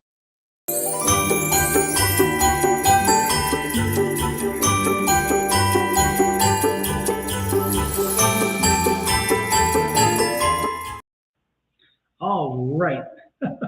Okay, so of the ones you show, that one with the green background that says subscribe with the little lady, I like that. It's something about the music, the boom, that whatever that music is, the rhythm of it, That's one of my favorites. I like that. Of course, you with the Let It Go is my awesome favorite, but that one is one of my favorites too. Like, you did a really good job on that. I kind of think I like this one too. The drama? Could it be me? I love that one too. That one The drama? Could it be me? I love that one. Listen, and I think I am the drama too. I just be like, you know what? It might be you, Asian. Don't even deny it. I own it. I definitely want to get that one that has a little lady, so where she can come out on the screen while we're here and do that. I've got to figure out a way to do that. Oh, really? Yeah, there's going to be. I know there's a way. I don't know exactly yet how to do it, but I will get it done. So that would be one. I think that'd be fun. I think that you most definitely will figure it out, Don, by the end of the year. So I'm not even worried about it. Exactly. Do you cook a big Christmas dinner also, Don? Say again? Do you cook a big Christmas dinner? Say again? Say again? Are you going to cook a big Christmas Say dinner? again? In other words, hush. My mom will be here, so I'm not doing nothing but going to the store. What do you want, lady? We'll buy it and you cook it. I'm just not. For Thanksgiving, me like fried fish and greens and macaroni. It's just not. Then we're coming to your house. So whatever my mom cooked, that's what we eating. And we gonna tell her we want everything, and she gonna be like, okay. As long as you buy it, she'll cook it. My mom will barbecue for Christmas in Michigan. It's snow on the ground in Michigan. She will barbecue any time of the year. She don't care. winter, spring, summer, fall. She will barbecue in a snowsuit and everything. Keena said she just talked to her yesterday. She will barbecue. So we'll probably have barbecue because I know that's what Brandon's gonna want. We'll have probably ham and potatoes, all that good stuff, like everything we didn't have for Thanksgiving. And I don't like doing that back to back, having both of those heavy meals back to back. So if we do one for Thanksgiving, then not for Christmas, or one for Christmas and not for Thanksgiving, it's okay with me. Let's see, we may have a spare room for Mama. If Mama cooks, we may have a spare room for Mama at our house. Oh, definitely. Listen, my niece wanted breakfast and she had a whole meal like fried. I don't know if it was pork chops, chicken. It was like 11 o'clock and she was like, Granny, I want some breakfast. And she literally brought out candy yams, greens, cornbread, fried chicken or pork chops or whatever it was. And she was like, I literally just wanted a small plate of food. My mama will cook all day. But my grandmother was like that. When we were younger, we lived with my grandmother, and every morning before school, there was a hot breakfast. Like if it was just rice and biscuits and bacon, there was something my grandmother had breakfast for us every morning. And when we got home from school, dinner was done. Like it was either cooking or done. Yeah. So beyond me, that's so beyond me. Lord have mercy. Yeah. I tell you. Woo. And beyond me. Listen, I always say Brandon got gypped because I am not home. Listen, I am not Martha Stewart. My kids We either. will buy something in a minute. Yeah, my kids either. They don't get. They only get it during the weekends, and it's like, and if you don't take advantage of it then it ain't happening because I'm not doing it. Exactly. Nope. Exactly. And don't let me have a full schedule. We might eat out 3 times that week. Like I'm not gonna do it. Exactly. No, I totally get that. Oh man, no, we're probably just gonna be chilling at home. Nothing special. That's all I can say. That's always good. Listen, if it's cold, it just reminded me of my first Christmas here. It was so brown and I was just like, I am not used to this. I was in Casa Grande at the time and it was so brown. Everybody had their Christmas decorations and stuff up, but it just looked so weird because everything was brown. Everything was the same color and I just could not deal with it. I was so unhappy. It took me a while to figure out that nature comes in other colors than green, because on the East Coast, green meant healthy and lush and vibrant. And then when the fall came, it was the colors as they died and the leaves. And so you knew that green meant wonderful and nourishing and whatever. And then you come out here and you realize, well, the colors of the desert are wonderful too and whatever. But again, it's just not the green. It's not the green. But it's nice. I can't get it. And Seashell said, hi, Angie and Don. I do feel a little better today. Thank you. Thanks for your good advice, Don. I feel a bit more excited, too. I think I can overcome this. Something positive is coming. Absolutely. Good to hear that. Was that when you were on with Susan? I think so, yes. Mm-hmm. Yep. It is not looking good in love for these people. No, I've been shuffling, and I'm getting like... Oh, my God. And I've been putting the cards back, and they've been coming out again, like I said what I said. And the first thing I heard, I was hearing a song in the background, and I was trying to figure out what the song was. It feels like a Pat Benatar song. Hit me with now your I best hear shot. Total Eclipse of the Heart. What is it, Don? Hit me with your best shot. I think it was Total Eclipse of the Heart. Well, that was Bonnie Tyler. Okay, that one. I love that song. So that's what didn't know it wasn't. Well, who was the Pat Ben? I heard a song in the background. The only reason I'm saying it is because your cards Love are is the not that great. Battlefield. She did Love is a Battlefield. I know that's a love song she did. Maybe that's what I was seeing. Okay, because it was black and white kind of the video. It was the woman and they were shaking their bodies and and doing but Love is a Battlefield, and yeah. Oh, I think so. Yeah, I think that's okay. I'm gonna get one more card and see if it gets better for you. Last name. Pam says Linda needs a vacation. Yeah, I think she will after this. Okay, so all right, I'm just gonna go ahead. The first card I got was that 3 of Swords. That keeps coming up. There's a lot of heartbreak. Is everybody breaking up for Christmas so they don't have to buy any gifts? Because I got heartbreak immediately. And that song that I got was all gray. So maybe it was in black and white for me. Usually when things have no color for me, that means that there's a decision that you have to make and you can change the outcome. But as it is of right now, I'm seeing a broken heart. And I'm not seeing like any as far as love, because I asked for love. So I'm seeing a broken heart, some heartache, some ending, something painful that is coming in love. And then I did get like an Ace of Wands, but so this is a new way of thinking, but I got now you're thinking about yourself. They said you're considering yourself, you're considering who you are and making decisions based on your best interest and not the best interest of a relationship or the other person. So maybe this right here is your own doing. You're ending something and considering your own best self, but I don't get anything about a new love coming up. I get a new way of thought. The reason I there, if you notice, this is a concentration on her thinking, on her that third eye opening, being aware of yourself. I feel like you're already in that energy and you've already decided that that's what you want to do. And so this ending here of this heartache, maybe you ending something, deciding that you're worth more. So that's what I got for you. All right, that's what I got down for last name Wilson. Well, this one's for, what's the name again? My last name Wilson. That's all I can say. I don't know. Yeah, I can't, because, yeah. Well, this is in reference to what you had said, Angie. Listen.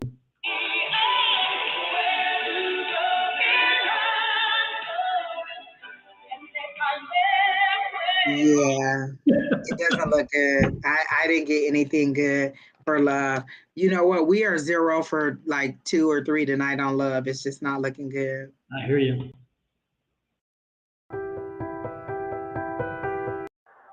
Oh my gosh, that's what. Sorry, Angie. Just like that's what it feels like. Like, oh, sorry. Say that.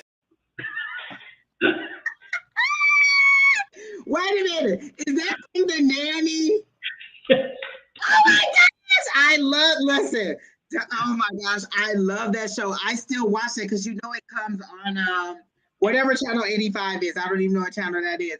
But I love that show and I will still watch it. And I love her and the butler. Yes. Oh my gosh. Niles. Yep. Cece and Niles. Yep. Yes, I love it, love it, love it. Oh my gosh. Now you got all the good clips, all the good clips. And I immediately recognized her making that face. Oh my God. Well, I took that face and I tried to find some phrase, and I saw that and I said, that one seems to work. I love the phrase. I like it. Oh my God. Oh my gosh.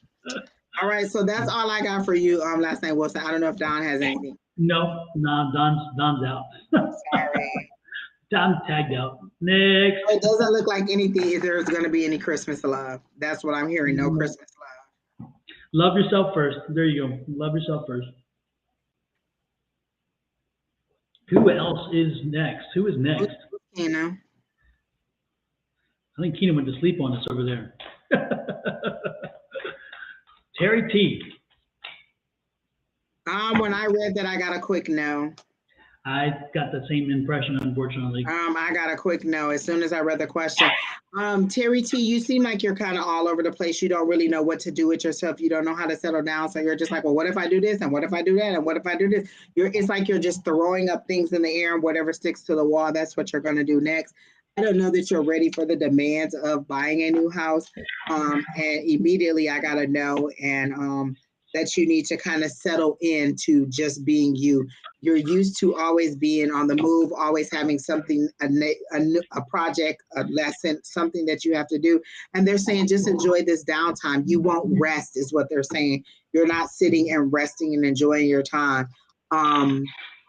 It took me a long time to enjoy rest, just to enjoy sitting in the bed with a cup of ice, because y'all know that's my thing, eating a cup of ice and watching TV and just being okay with not always being in motion, not cooking, not cleaning, not folding clothes, not walking, not always doing something. It took me a long time just to sit and enjoy it. And like, it used to be where I would never turn my TV off at night. And sometimes I'll just, let, it'll ask you, are you still watching? If you say no, then it'll shut down. And I won't even turn it back on. I'm learning to enjoy the peace because I can hear my higher power better. Like I receive messages better. And so I think if you settle down just a little bit, you'll be able to receive. But I think you're also afraid of what you might receive, thinking that you're going to open the door to something evil. And it's not. You're such a good person. and your intentions are so good that I don't see that you would attract anything evil. But you can always question the spirit and say, are you for my greatest and highest good? And if they say no, then you don't give them permission. If they say yes, then you can give them permission. So don't be afraid of, tapping into that relationship, because that's what you want, that one-on-one relationship. You want your relationship this way with your higher power and not this way with society so much. So try to tap in and just enjoy the silence. Like I literally see you sitting with like a cup of tea or coffee and just wrapped in a warm blanket and kind of either sitting on a porch or a patio and enjoying a little breeze for a little while and just kind of enjoying the scenery. They're saying settle down just a little bit. And if you slow down, then you'll see some of the things you're missing, like one of the mates. Like that, I feel like you've walked past somebody who could have been a potential mate, but you were in such a hurried rush that you didn't even get to see them. So that's what I got. For me, the energy I got coming through was an energy of change. And so, Terry T, I think in like the third month of next year, the third, fourth month of next year, I see a change coming, and that change is going to be driven by some other forces. And the good change, not bad change, good change. And that change is going to kind of, again, take you off in a direction. You don't need to be tied down with that change coming, and you won't be tied down with that change coming. By the time you had put something into place to try to make something happen, the change will come along. So again, even if you took the steps necessary to make the things happen the way that you'd hope they would, I think what's going to happen is again, you would be derailed because this change, there's a big change again in the third to fourth month of next year that would kick in before you had a chance to sit down and sign papers on buying a house or something else. So I see you coming through that change first before you do anything close to settling down. That's kind of what I'm getting. Hopefully it helps, Terry. Next in line. Terry T, we always love you. Did you have some kind of celebration for your birthday, Terry T? Did you have cake? You should have at least had cake for your birthday. Those shots, woo, they hit as hard on Sunday. I can say we know we had shots because the shots were there. Thank you, seashells. Thank you, and stay well and keep again, seashells. Do the affirmations. Remember your affirmations, seashells. Remember this. Anytime you're feeling a little bit of whatever, don't forget to smudge if you need to smudge. Do smudging. Do all the things that you need to do. And if you find those incense, again, it's frankincense and blood, dragon's blood. That there are amazing powers in those incense. Okay. So Mystic Ray says, should she consider this new, wanting to know if this new job is something I should consider. Is this new job something that Mystic Rain should consider? I gotta know. So I don't know. And if you're asking, it must not be something that excites you. I get kind of it is what it is kind of. It doesn't excite you in any way. I don't think the environment excites you. And I don't think that the people who, if you interviewed or if you looked at the job description, like I don't get any excitement, any joy, any spark in you as you read it. It's just like moving from like a straight line. It just feels like you're going like this. There's no excitement to it at all. I didn't get any excitement. Mine did not even move. It just stayed still. So it's like, don't even have a reading on it. So I don't think that there's something there. I'm going to try to get one card for you. Where do broken hearts I got the Knight of Wands and the Nine of Cups. And they're saying if you wait and keep on searching, you'll find the one thing that you need. This isn't it. You're kind of settling if you take this. And is there a reason why you're in such a rush to get to a new job or to get to a new position? Because it seems very hurried. Like I'll take this until blah, blah, blah. And they're saying if you wait just a little while, you'll get your wish fulfillment. That's what that 9 is. That's that wish fulfillment. And then that King of Wands, that's you making the decision to choose the right job. So I heard immediately wait a little while and you'll get a better offer. You'll get a better position and you'll be a little bit happier with what you choose. Yeah, I got the 6 of Pentacles, which means put the work in first. Put the work in first. Again, this is probably not the best time. Already took it, And she keeps going back and forth on whether she should stay or go. Yeah, you'll another opportunity is coming, so don't worry about it. And she said it was bills was the reason that she really wants to go. So this seems like it's just a job filler, just like kind of like the rebound boyfriend, like you just broke up with somebody and then this is the person until you find somebody else. So this is that rebound job. Like you probably won't be here long.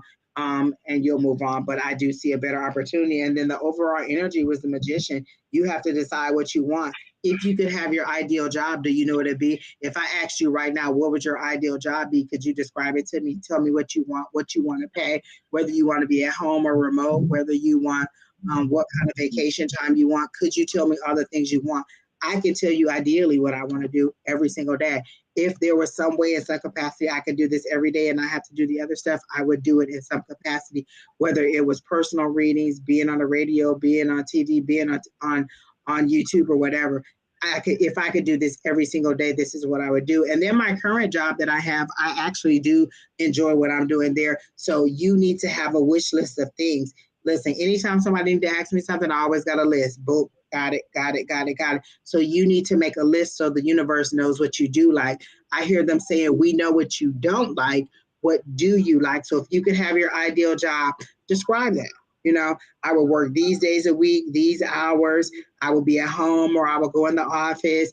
It would be this. I would deal with these people, that people. Like you decide. Like I let them know. We went to this leadership conference.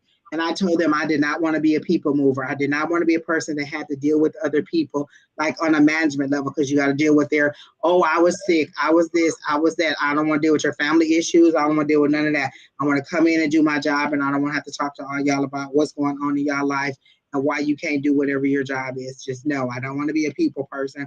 I do not want to be a person in charge of a team. I'll be in charge of a process, but not a team. And so you have to know that about yourself. And so what they're saying is know exactly what you want so that you can put that out there so you can attract that and get what you want in the new year. So I do see you settling into this for the rest of the year, but by the new year, there should be a new spark and you should be ready to go because I do feel that you'll be making your list. And is there another new moon? There's another new moon for this month, this year. No, that's it. Oh, no, new moon, yeah. Full moon is the end. Yeah, new moon, yeah. Then for that new moon, you need to put your desires out there. What are your intentions? Because that new moon will take you right into getting that for 2023. So by the time the new moon comes, probably next week, I would assume you need to have your desires figured out. What is it that you want to do and put it out there? No, I don't have a specific thing. It's a list of things I want to do. And I've been questioning that exactly for rushing because of bills. Put it out there, whatever you want to do. I always put it out there. Every time Don and I do this, or every time we go live, I put it up on the TV because that is me setting the intentions to show I want to be on TV. I want to be in media.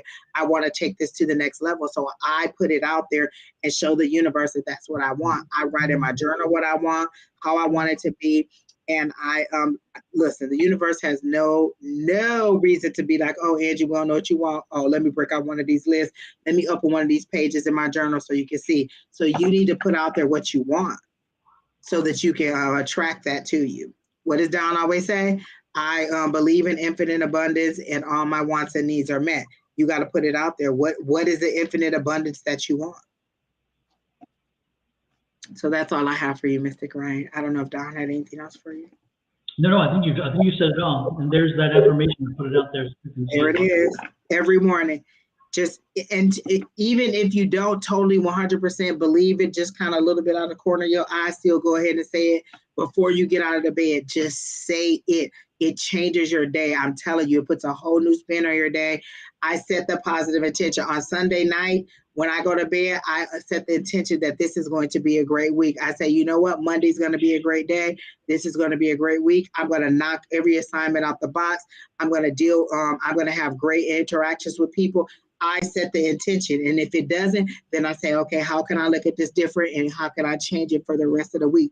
It's setting that positive intention. And we forget that sometimes and we let the frustrations overtake us and we complain and moan about things instead of setting the intention. That affirmation is everything. If not that one, there's some version of it or one of your own.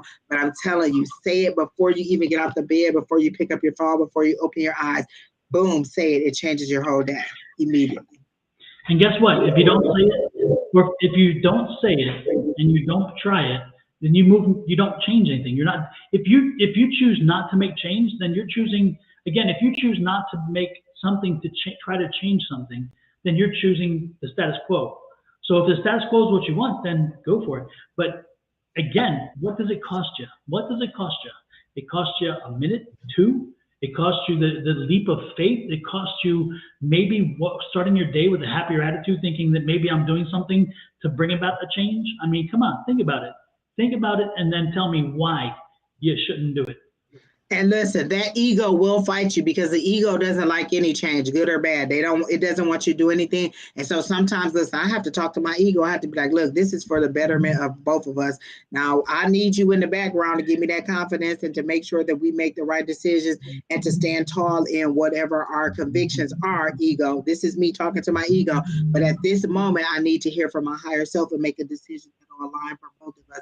The ego, I'm gonna need you to step back just a little bit and allow our higher self to guide us. And so I have those conversations with my higher self, with my ego, with whoever, because this is a part of me and I need us all to be on the same plane. If my higher self is here, my ego is here, we're gonna be pulled down to at least here instead of being up here where we should be. So I have to talk to all of them. Every personality, everybody inside there need to get a good talking to sometimes. Listen, Angie, pull it together. Focus, Angie. You'll see me type that all the time. Focus, Angie. Focus. And also, if you start your day off at a higher vibrational level by getting up and by doing these kind of things, then again, the higher vibration is a more positive vibration. So as you send it out, it comes back to you. If you start your day off in a low vibrational energy, don't be surprised if you get low back to you, because again, you're attracting what you're giving out. You're just becoming a magnet, just all kinds of things, flat tire, rain, snow, whatever. You're just attracting all those things to you. What did she say? It was my ego that said hurry, but my spirit was quiet, which I took as to stay still. Well, why didn't you stay still if your spirit listen? And who am I to judge? Because I'm a person who cannot stay still. But my people just be looking at me like you just go keep running around on this hamster wheel when you could just be resting. And what I've learned to do is rest and let them do all the heavy lifting. So. Exactly. Affirmations, positivity. Yep.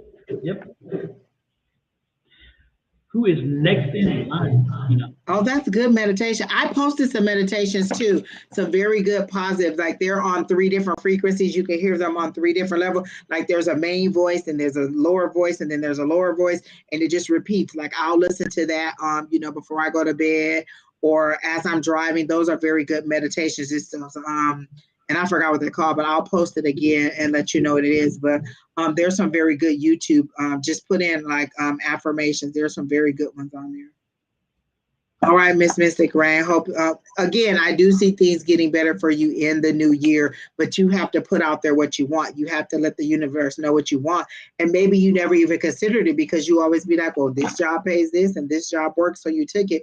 But what is your desire? So we're telling you, the spirit is saying, put your desires out there. So that's it. And then Miss Irene, that's what we're reading now. May I switch to a general? Okay. I don't know what the first question was, but I'll get it.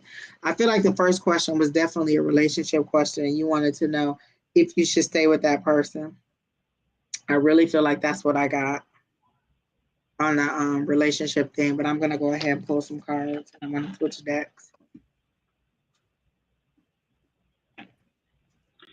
So she wants a general? She wants a general, but I feel like maybe, I didn't see what her original question was, but I feel like it was a relationship question. Okay. Just making sure I understood. I'm like, did I miss something? We're good. Miss Irene. Come on, Irene. That's Eileen. Oh, she was asking about, oh, okay.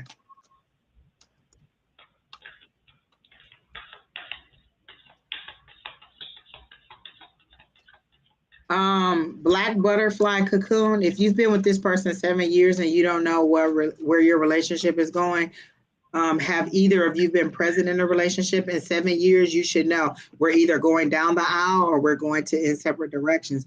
That's not a question that you really need to ask spirit. Literally, after 7 years, you should have some kind of understanding as to say, listen, either we're getting married or we're not. If that's what you want, that may not be what you want. Maybe you don't want that.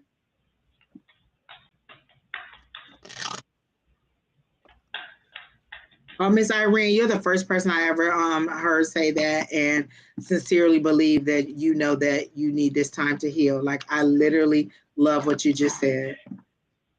I feel like you know what you're doing and what you need to do before you're ready to get out there. I really love what you said.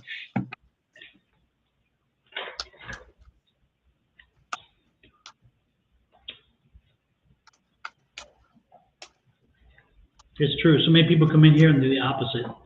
They need healing and they need to heal themselves first, and instead they look to a relationship to heal them. She's realizing, I need to heal myself. So another Listen, I relationship always will not say hold you. what I always say, Don. 10 years ago, Angie was not for ready to be for a husband. She wanted a wedding, but she didn't want a husband. This Angie wants a husband, and we don't even have to have a wedding. We can just go to the courthouse. And as a matter of fact, I have a friend who's a pastor. He can just marry us over the phone. Susan can do it. Susan, girl, oh, there, that's even better. Got Just Susan Susan on meet us at speed everything dial. just rocks and boom, boom, boom, we're done. There you go. My yard does great weddings, by the way. It would, wouldn't it? Great setting for a wedding. Exactly. Let it go, let it Okay, go. Miss Irene, I got one card for you. I wanted to pull another one. Actually, I'm gonna put that one back and do a different spread for you. So you said general, so I'm gonna do you. This is your current energy. So let me see what they have for your current energy. If the same card comes out again, I'm gonna be like, oh well, that's okay. Then okay, you. Oh, I like that. Oh, and that kind of goes exactly what you're saying and knowing who you are. Okay. And then the next card I'm going to do is your path. What is your path? Oh, that was a good one. Okay. Oh, your path. Oh, and then your potential.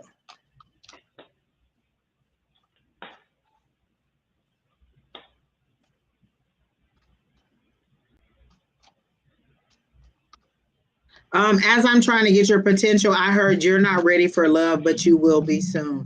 So I feel like by the second half of 2023, not the first half of 2023, but the second half of 2023, you'll be ready for love.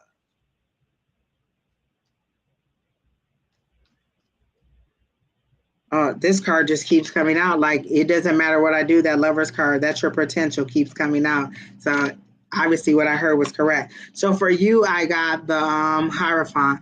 I love that. That's that traditional the traditional traditions, like religion, school, education, institutions. This is that tradition. This is I get traditional values, convention, conformity, commitment. This is all good. So your current thing is you knowing who you are. Like you seem to be grounded in who you are, your spirituality, your religion, who you are. You know who you are and you know what you're ready for. You have learned your lessons and you are ready to move forward on the things that you've learned. So that's what I got for you. That's your current energy. Like you're in that energy of knowing, of ready to move forward, to be settled, to be stable, and to be and to move forward in peace. That's the word I keep hearing. Peace, peace, peace, peace. It's a 5. I love a 5. Awesome.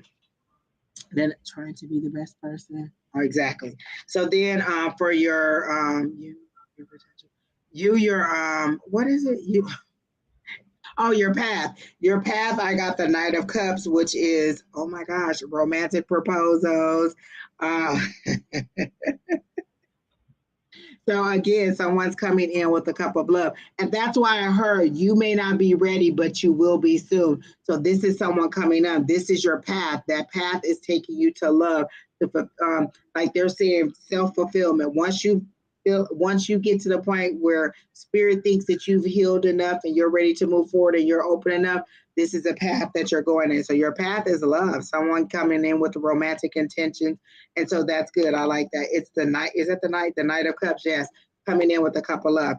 And then your potential was the Lover's card. So definitely a new relationship. So either way we went, you're going to be ready. And then I heard you're going to be ready. I know this isn't what you didn't want a love reading, but that's what came up. And initially, that's why I kept saying, did you want a love reading? And that's what came up, a love reading anyway. So in 2023, the second half. So not the first 6 months, but the second 6 months, I feel like is when you'll be ready to open up and have that relationship. So that's what I got for you, Miss Irene. Well, what I got for Irene was some interesting news in reference to her business. And the first part was is keep working at it, keep persevering, which I think is really a good thing. Again, keep persevering and learning as you go along. Now, it's not going to be easy, and you're going to have some sleepless nights, some worries, and some frustrations that come along with owning a business. But that will pass eventually, and eventually it's going to lead to, again, you're going to be very successful. The success is coming your way.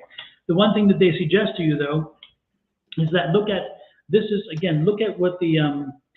what you're doing. Look at some of look at what you're doing. Look at what other people are doing. Look at the industry and what the industry is generating, and make sure that you're creating a twist on that energy. So again, if people are out there baking something and you're baking it as well, make sure that yours has a little bit of a twist, but also make sure you're staying within the industry. Don't go looking outside the box right now. Outside the box is not necessarily where you need to be. You don't need to recreate the wheel. You just need to improve upon the wheel. So make sure that as your business is kicking off and as you're doing something, do something that other people are doing, but do it with a twist. Again, there's always room in that field.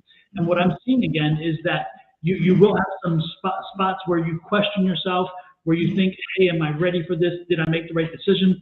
And again, your answer is yes, you did, because you love this. But you need to make sure that you stand out in an audience, in a market, by being yourself and having your own voice. Your own voice will be represented in the food that you create. So make sure, again, that you're doing something a little different, not something way outside the box, but again, something that makes you stand apart, stand separate from everybody else. That's kind of what I'm getting for you.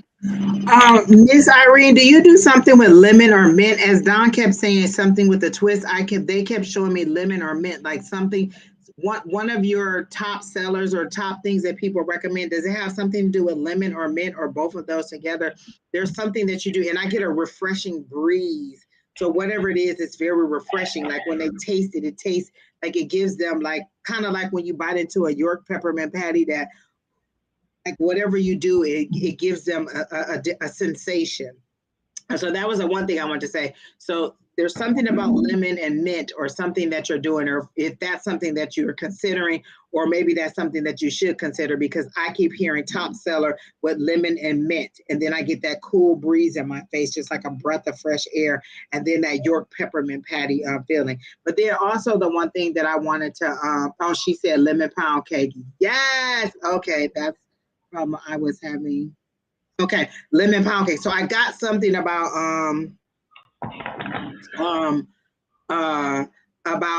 the lemon. So that's good. That's your top seller. But then I also wanted to make it be known that every last one of the cards on here has something to do with relationship or marriage. Like I literally like each one of them, even the one that said it was marriage, it was traditions, it was conventional, it was education, it was sharing. All that had to do with marriage. You got the lover's card as your potential, and then your path was someone bringing you a couple of, so all of this was relationship. And that's why I thought like, oh, what's her initial question about relationship? So business and relationship coming up good for you. I feel like you're going to have a very successful 2023. And that's why the love doesn't seem like it's going to come to the second half. You're going to be very much powering through the first half of the year, working on your business and building and getting that together. And then once you kind of feel like you got the ebb and flow and you know the highs and lows of it, you'll decide to kind of be a little bit more open. So I figured the business is going to do well, and then the relationship will come after that. So good reading. I like that, Miss Irene. And I like your energy. Like it feels so pleasant. Yeah. And also, don't forget to try to with the lemon pound cake, do something with some poppies in there, because I'm getting the poppy seeds. So yeah, maybe that's the twist again, not just lemon pound cake. I feel like she has such unique things or ideas that she want to try, but she's not sure what to do. But I really feel like that, like you said, that lemon, that poppy seed, that mint, it's all going to be something refreshing. Yep. Absolutely. So yes, proceed. I think you're on the right track. You just need to make sure you stand out. But again, don't go way out. Don't go so far out that you're on the limb. Just instead, make sure you twist. Do things with a twist. Yeah. And yes, and then make sure you do the social media. You got to do the social media these days, absolutely. And I would do the social media before I even open up. I would start doing recipes. I would start showing people how I'm baking things. I would have little videos talking about how baking works, how making cakes work, how baking pies work, how baking whatever works. So where you start educating people and showing them that you know what you're doing. And so when you open your brick and mortar, that you already have an audience because, again, you've laid the foundation by showing them in advance that you know what you're doing. And don't be surprised how that can open you up to so many more things. A lot of people in the old days would just open a store because they had no other options. But this tool, social media, is a tool that allows you to present yourself to a larger audience than you ever thought you could have. And also, you can show people before the news and the news stations controlled how much and who got on, who got attention, how they got attention, and so forth. This doesn't do that. Everybody gets the attention. So you can go out there and you can show people that you know what you're doing. And again, once you become somebody who people trust that you know what you're doing, they're going to want to try your food. And I'll tell you an example. Yeah, I'll tell you an example of a friend of mine, a dear friend of mine. Angie's met him. He's an amazing chef, and I keep telling him about it. And every time I see his things, I say, "Hey, Food Network, pay attention." At Food Network, "Hey, Food Network, are you watching? This guy needs a show." Well, guess what? Guess who has a casting call tomorrow for a Food Network show? Shut the noise! Don't even Yes. say it. Yes. Oh my And gosh! and That guess is who they're telling him to use amazing. affirmations and change the way in which he was saying things because he kept saying, I'm going to. No, not going to. It's here now. And so, Listen, what I do, I put us up on the screen every time because that's me looking at us on the screen. Every time you do one of the videos, I say one of our commercials. Like Yep. I literally speak it into existence. I can see it. I can almost taste it. That's how great it is. Yep. Oh, another thing that I have for Miss Irene, she says she's scared to be and very laid back. Her problem is on social media.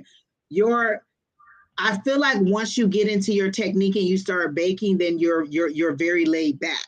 Like you're not so nervous. I think the very first time I was gonna be on here with Don, or even wanted to do my own very first video, it was a little bit nerve-wracking. But once you get into the flow of what it is that you enjoy, you totally forget about the camera and you're just doing what you do. And the camera isn't even like, it doesn't bother you so much. So once you get it set up, and I've even seen people where they have the camera set up and it just shows the bowls or the cooking area. They're not on there. And so they're just in their element, whipping things up. And all you hear is them talking. And they don't worry so much about editing. Like, listen, I'm not very good at it. So you will get all my bloobs, my blurbs, I drop the camera, whatever it is, you're going to get all of that. And sometimes that shows your humanness. Sometimes we like that. Like your grandkid runs in or your child walks in, that's your humanness. And people like to see inside your world. So don't be so uptight about whether the video's perfect. Start the camera and just do some things, for a couple minutes or whatever, or a very short thing. You could make a nice salad. I've learned how to make some salads off of 2-minute videos. You could do something really, really quick and just whip it up and continue to do that and continue to do that. And then next thing you know, your videos will go from 1 minute to 2 minutes to 5 minutes to 10 minutes. And you're like, oh my God, I did a whole segment. Speak into existence what you want. Literally, just put the camera up.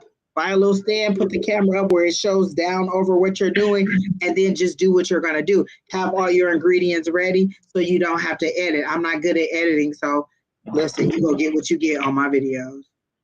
Yep.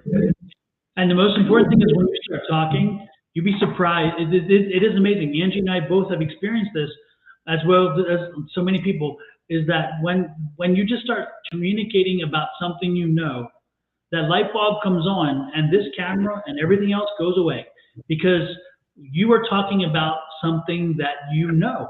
And by talking about something that you know, something that you are very knowledgeable about, the information flows because all of a sudden you're sharing and you love to share, you want to share. And so that's how it tends to flow.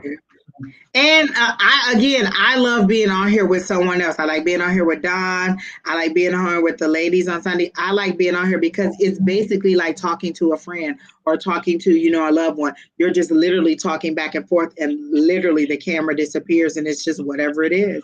that you're doing, and you lose yourself in it. And before you know it, you're like, wow, I've done a whole video and it was just that easy.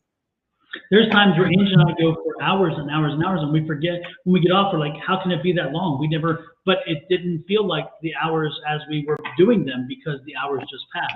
So again, just do it. Just try it, and you'll be surprised. And guess what? If you don't like what you do, then erase it and do it again. And do it again. Like, you don't have to post it when it's done. Last name Rose, if you look at the little scroll that's going across the bottom, it says the list is closed. And these are the people that are on the list. So the list is closed for tonight. We've been on almost 2 hours. And so we're at the very end of the list. We only have about maybe 5 more people. And so the list is closed. That scroll that's going against the bottom tells you who's on the list and and that the list is closed. So I'm sorry if you didn't make it, but Don will be back on in the morning with Miss Shauna. Is her internet back up, Don? Miss Shauna? Yes, it is. Okay. Don will be back on in the morning with Shauna, and then I'll be back on Sunday with the ladies, and then we start the whole cycle all over again. We literally have somebody live from Sunday through Thursday that you can catch either daytime or nighttime. So we catch you all parts of the day. You might get an early morning, you might get a mid-afternoon, you might get a late day. So as long as you're checking, you should find one of us live Sunday through Thursday. The only days that we're not live is Friday and Saturday. And we all need a life. You got to see A5 Says Around Town. And while you're watching, make sure you do this, okay?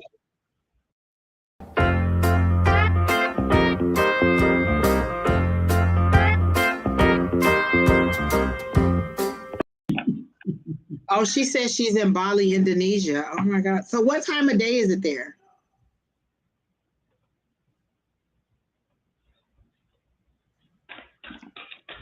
There, how have I generated for me? Let's see, they're, are they 12 hours? Or is it a full 12 hours? You're welcome, Miss Irene. Have a good night. Keep us informed, Irene. Let us know as things go. Yeah, Once that bacon business starts taking off, contact us for the mailing address because you'll be mailing some goodies our way. Hello. We like to eat. We like to eat. Absolutely.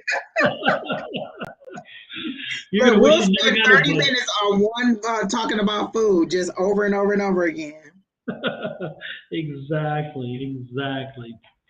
Come on. Okay, so General for Dora. I got some different cards. I'm gonna go with Dora the Explorer.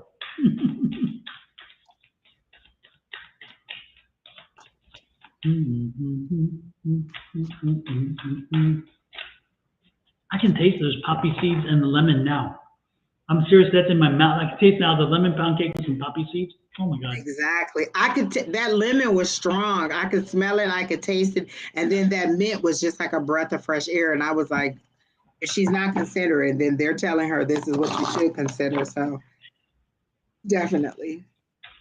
Candy cane cookies right now. The ones that look that red and white and they're striped and they strip and they then great for Christmas right now. Candy cane cookies. Exactly. Oh, this is a perfect time to be selling your baking and stuff because people don't listen. I'm a person who'll be like, how much is this cheesecake? And I'm not very good at the baking, like, because you have to be very precise. You can't just throw a little this, and this. You'll end up with a flat cake, a brick, or anything. You really have to be precise and know what you're doing. And I'm just not that good at it. Hey, when Angie came to visit, Angie brought everything but cakes. Yes, indeed. I was like, oh my God, they were so good. Oh my goodness, those little, oh my gosh, you would never believe that you get so much joy from such a little piece of cake. Absolutely. And there's so much flavor in that little bit of food. It's like, and just think that was somebody's little old idea, like bundt cakes, something as easy as little bundt cakes, like literally. And it's the easiest thing ever. Just different flavors. She doesn't do anything fancy to them. Put that stripe of icing on there, that little dollop of icing on there, and put them in that thing. And those things are flying off the shelf. Yep. They're like what, $22, $24 a dozen? They're not cheap, and they're not cheap. But I tell you what, it's just little tiny cakes, literally nothing. But they taste good. They do taste good. They are good. But I'm just saying something as simple as that. Like, what if she'd have thought, oh, nobody's gonna want just simple bundt cakes, and they are nationwide, everywhere you can find find that. But again, she doesn't do every cake. She does bunts. nothing but That's it. fun. Nothing else So, but. That's what a I'm business saying. Like person- literally, what if she'd have been like, nobody's gonna eat a bundt cake. Nobody's gonna want, and it. Oh my gosh, just Yep. as simple as that. Yep. So something to I keep in love mind. it. That also reminds me of Raising Cane's. Like literally, you go to Raising Cane's, you get chicken tenders, you get crinkly cut fries, and you get coleslaw and bread. That's it. That's all they sell, and the line be wrapped around the building, Like they can't stop selling that chicken. So I mean, sometimes simple is best. It's easier. Mm-hmm. Yep. The KISS principle: keep it simple, stupid. People will buy it. Exactly. Yep. GP said Miss Irene should try an orange cake with cream cheese frosting. I don't think I've ever had an orange cake, but listen, it's cake, so I'll try anything. Listen, I tried zucchini bread, not knowing what to expect, and it was good. Maybe they should make that cake and send it to me to test first, and then I'll let Irene know. Make sure it's okay and the flavors. Exactly. Then I'll let Irene know. So just call me the cake tester. Okay, Miss Dora, we're sorry. We're gonna take you now. A general reading for you. So, oh Lord, have mercy. Dun, dun, dun. Let me see what I want to do for you. I wish I'd have had my. Let me see my different kind of readings up to pick a good one for you.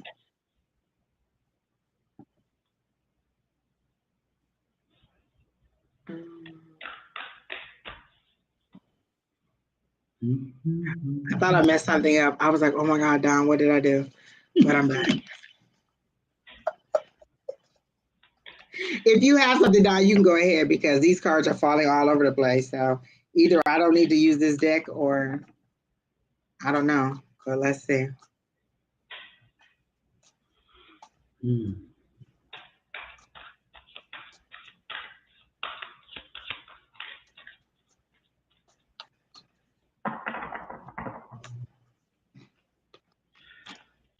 Ooh, okay.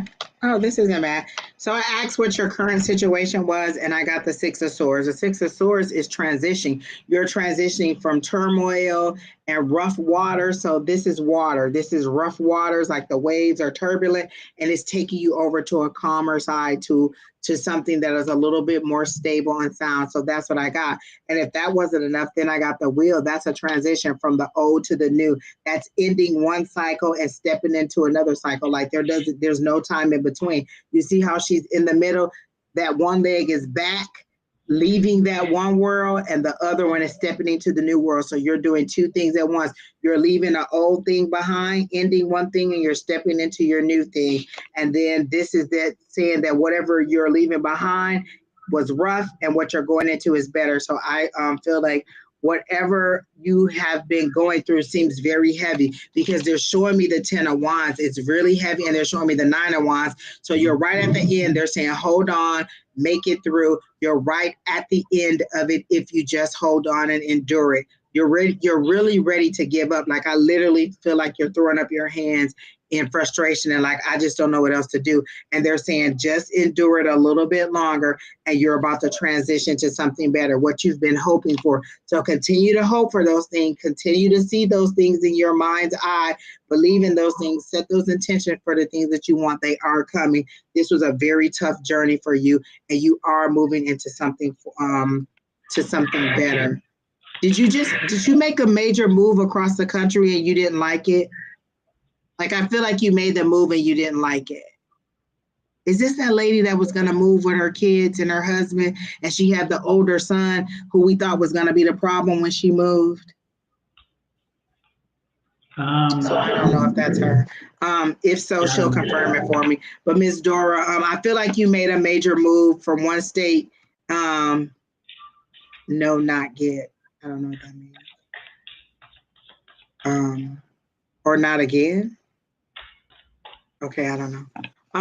But I feel like you're the one who made a major move across states and you didn't like it. No, not until summer. Oh, but you are planning on moving again, is that correct? Because that's what I get, that you're planning on moving again. Or if you made the move, they're making it seem like you made the move and you didn't like it. And you're saying you haven't made the move and you're not going to move until summer. Oh, okay. Well, I'm getting that you didn't like the move. So maybe the move that you're planning isn't something that you're really, really wanting to do. So that's what I got for you, Miss Dora. I was getting I'm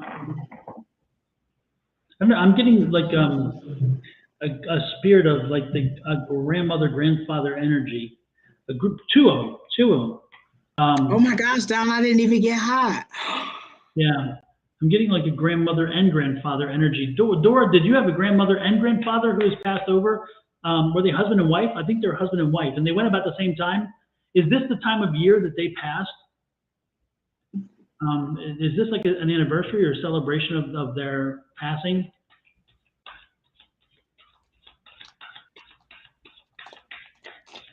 I'm more worried about my health. Okay, but did you have a grandmother or a grandmother and grandfather who died really close together, and again about maybe a year ago? Especially grandfather. My mom and dad on November 2022. So they were just last month, not last year, and they were parents and not grandparents?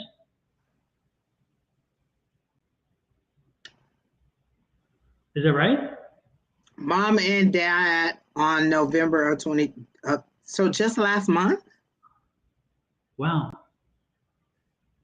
And yeah, they died together. They died again, pretty much together, correct?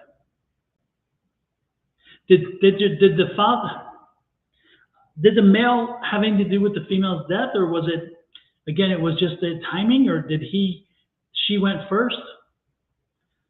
So it was last year. Okay, yeah, okay. So it was last year, but it was mother and not grandmother. It was mother, father, not grandmother, grandfather is what you're saying. Is that right? So it was 2021, correct, Dora? Ooh, this delay. 3 weeks apart. Okay. She went first and then he went after, though, right? Because I'm getting that she went again, and this is like an anniversary. This is the same time of year. So again, it would be okay. So she went first, then he went. And it's like, so yeah, interesting. Oh, interesting. Yeah, yeah. But they had lived a long life. They had lived a long life. And so, I mean, they're both here. That's the point. I'm getting them. They're both here. And they're both, yeah, it's interesting. They're both here, and again, it's like the anniversary, so they came through for that.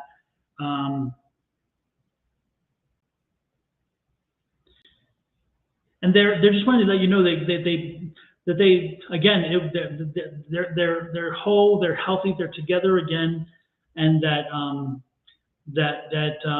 you know, you should never mourn them, because they lived a long life.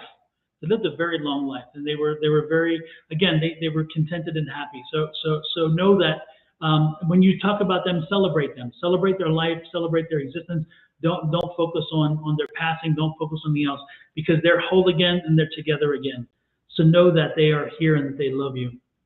And I'm trying to see if they have any other specific things for you. Sometimes when they come through, they want to discuss something, but they're not really discussing anything. This is more like just letting you know again that this is. It coincides with, again, the timing, because again, it's a celebration of a year since they passed. So so again, they just want to let you know that they're here, they love you, they're with you, and they're always around you. I'm going to see if they can tell me how they let you know when they're there.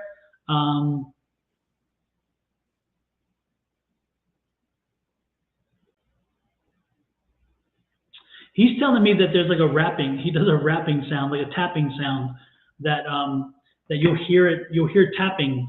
I'm trying. It's not window. It's not like an old window. He's making the sound for me. It's kind of like if I was to do. Let me see if I can try to repeat it. And this is kind of what I'm hearing. Something like this. Can you hear that?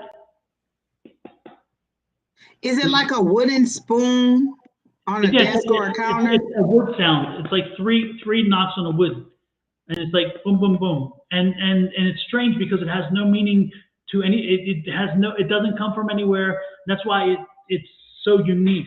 So when you hear that, know that that's him. He does. It's like a 2 to 3 knocks, and it's more like sounding on wood. So keep that in mind, Dora. This is his way of connecting to you when he's there. For her, I don't get any. She's not giving me anything. He's kind of he's kind of the talker, not her right now. So she's not really sharing with me. Oh no, wait a minute. She's telling me that there was a perfume that she wore, a very unique perfume. And so when you smell that scent, that's her, because you know the scent when you know the scent. You know it's her perfume. So it's a very unique perfume. When you smell that, that's when she's there. But he's there more with you than she. He comes often. And again, it's the knocking sound. So when you hear that knocking and you're wondering where it comes from, that's him. He's there. Okay. So just know that, Dora. That's what he wanted to share. Okay. She said they were together from birth. My dad asked my grandmother for the baby hand. He got her, and they were still together. Wow, interesting. Oh, and she said she knew it was her father making that noise. Yeah. Yep. So you know when you hear it, it's him. Now that's a confirmation. Again, like you said, you knew it. So yeah, that's confirmation. So that is good. They're here. They're one. But know they're healthy and happy, and they're together, and that's wonderful. So. There was one other thing. She said that she was more concerned about her health. And I get that. Did you just change your eating habits or something that you do to make your health better? Like, I feel like you've made some drastic changes in the way you eat or the things that you do health-wise. And I'm getting that those changes are really going to help you out for next year. So the enduring, because they keep showing me the 9 of Wands, you've endured this. I feel like it took a very long time to figure out what was wrong with you, or maybe you don't know quite yet what it is. And so you're like, well, maybe I'll change my diet, or maybe I'll stop doing this, or maybe I'll stop doing that. And they're saying that those changes that you made are going to really help improve your health. And if they haven't figured out what's wrong with you, it'll help them to figure it out. And if they have, it feels like it took a long time for you to find out what was wrong with you. She says she has chest pain. So is there something that you eat that gives you like heartburn? Because now I'm getting a heartburn feeling, or something that makes your chest feel, or is it anxiety? Like you're just really anxious about things that are going on and you just kind of need to relax a little bit. But I get the chest pain as like an indigestion, or maybe you're eating something that is causing you issues. I don't know that that's what the case is. Continue to do whatever your doctor says, but that's what I got. I'm getting a circulatory issue or something, because my left eye has been twitching since these people came in, and I didn't know if it was one of their illnesses or whether it's yours. I think maybe it's yours. I don't know if your blood pressure is working or something. I'm getting a lot of twitching in my eye. Maybe yeah. I don't know if it's like, I don't know what's going on. Are you having something with your eye? Because I'm getting, and if not, again, I don't know if it's like blood pressure or circulatory, because I'm getting a lot of twitching. But that also could be with your diet. Like if you're eating, very fatty or high salt foods and stuff like that, that could also have to do with your blood pressure and all that stuff. So It could be a combination. Maybe you need to change or be aware of some of the things that you're eating. Like literally, I have to cut pop out. If I drink too much pop, then, I'm all over the place. So pop, and I gain weight really quickly. So I have to cut pop out. I have to be mindful of the sweets. And so you have to know the things that help your body to recover. So I would definitely check into some of the things that you're consuming to see if that'll help your diet. But that's what I got for you, Miss Dora, and I hope that helps you out.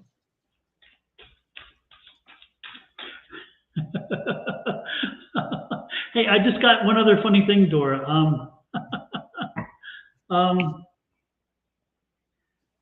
Yeah, I don't know. I don't understand this one, so I don't know how to. Just say it. Well, no, I don't. I don't even. I can't. I don't. Like, I'm getting. They're showing me this guy who has a funny sense of humor with a beard and a mustache, gray, salt and pepper gray mustache, beard and mustache, a thin guy. But funny. Are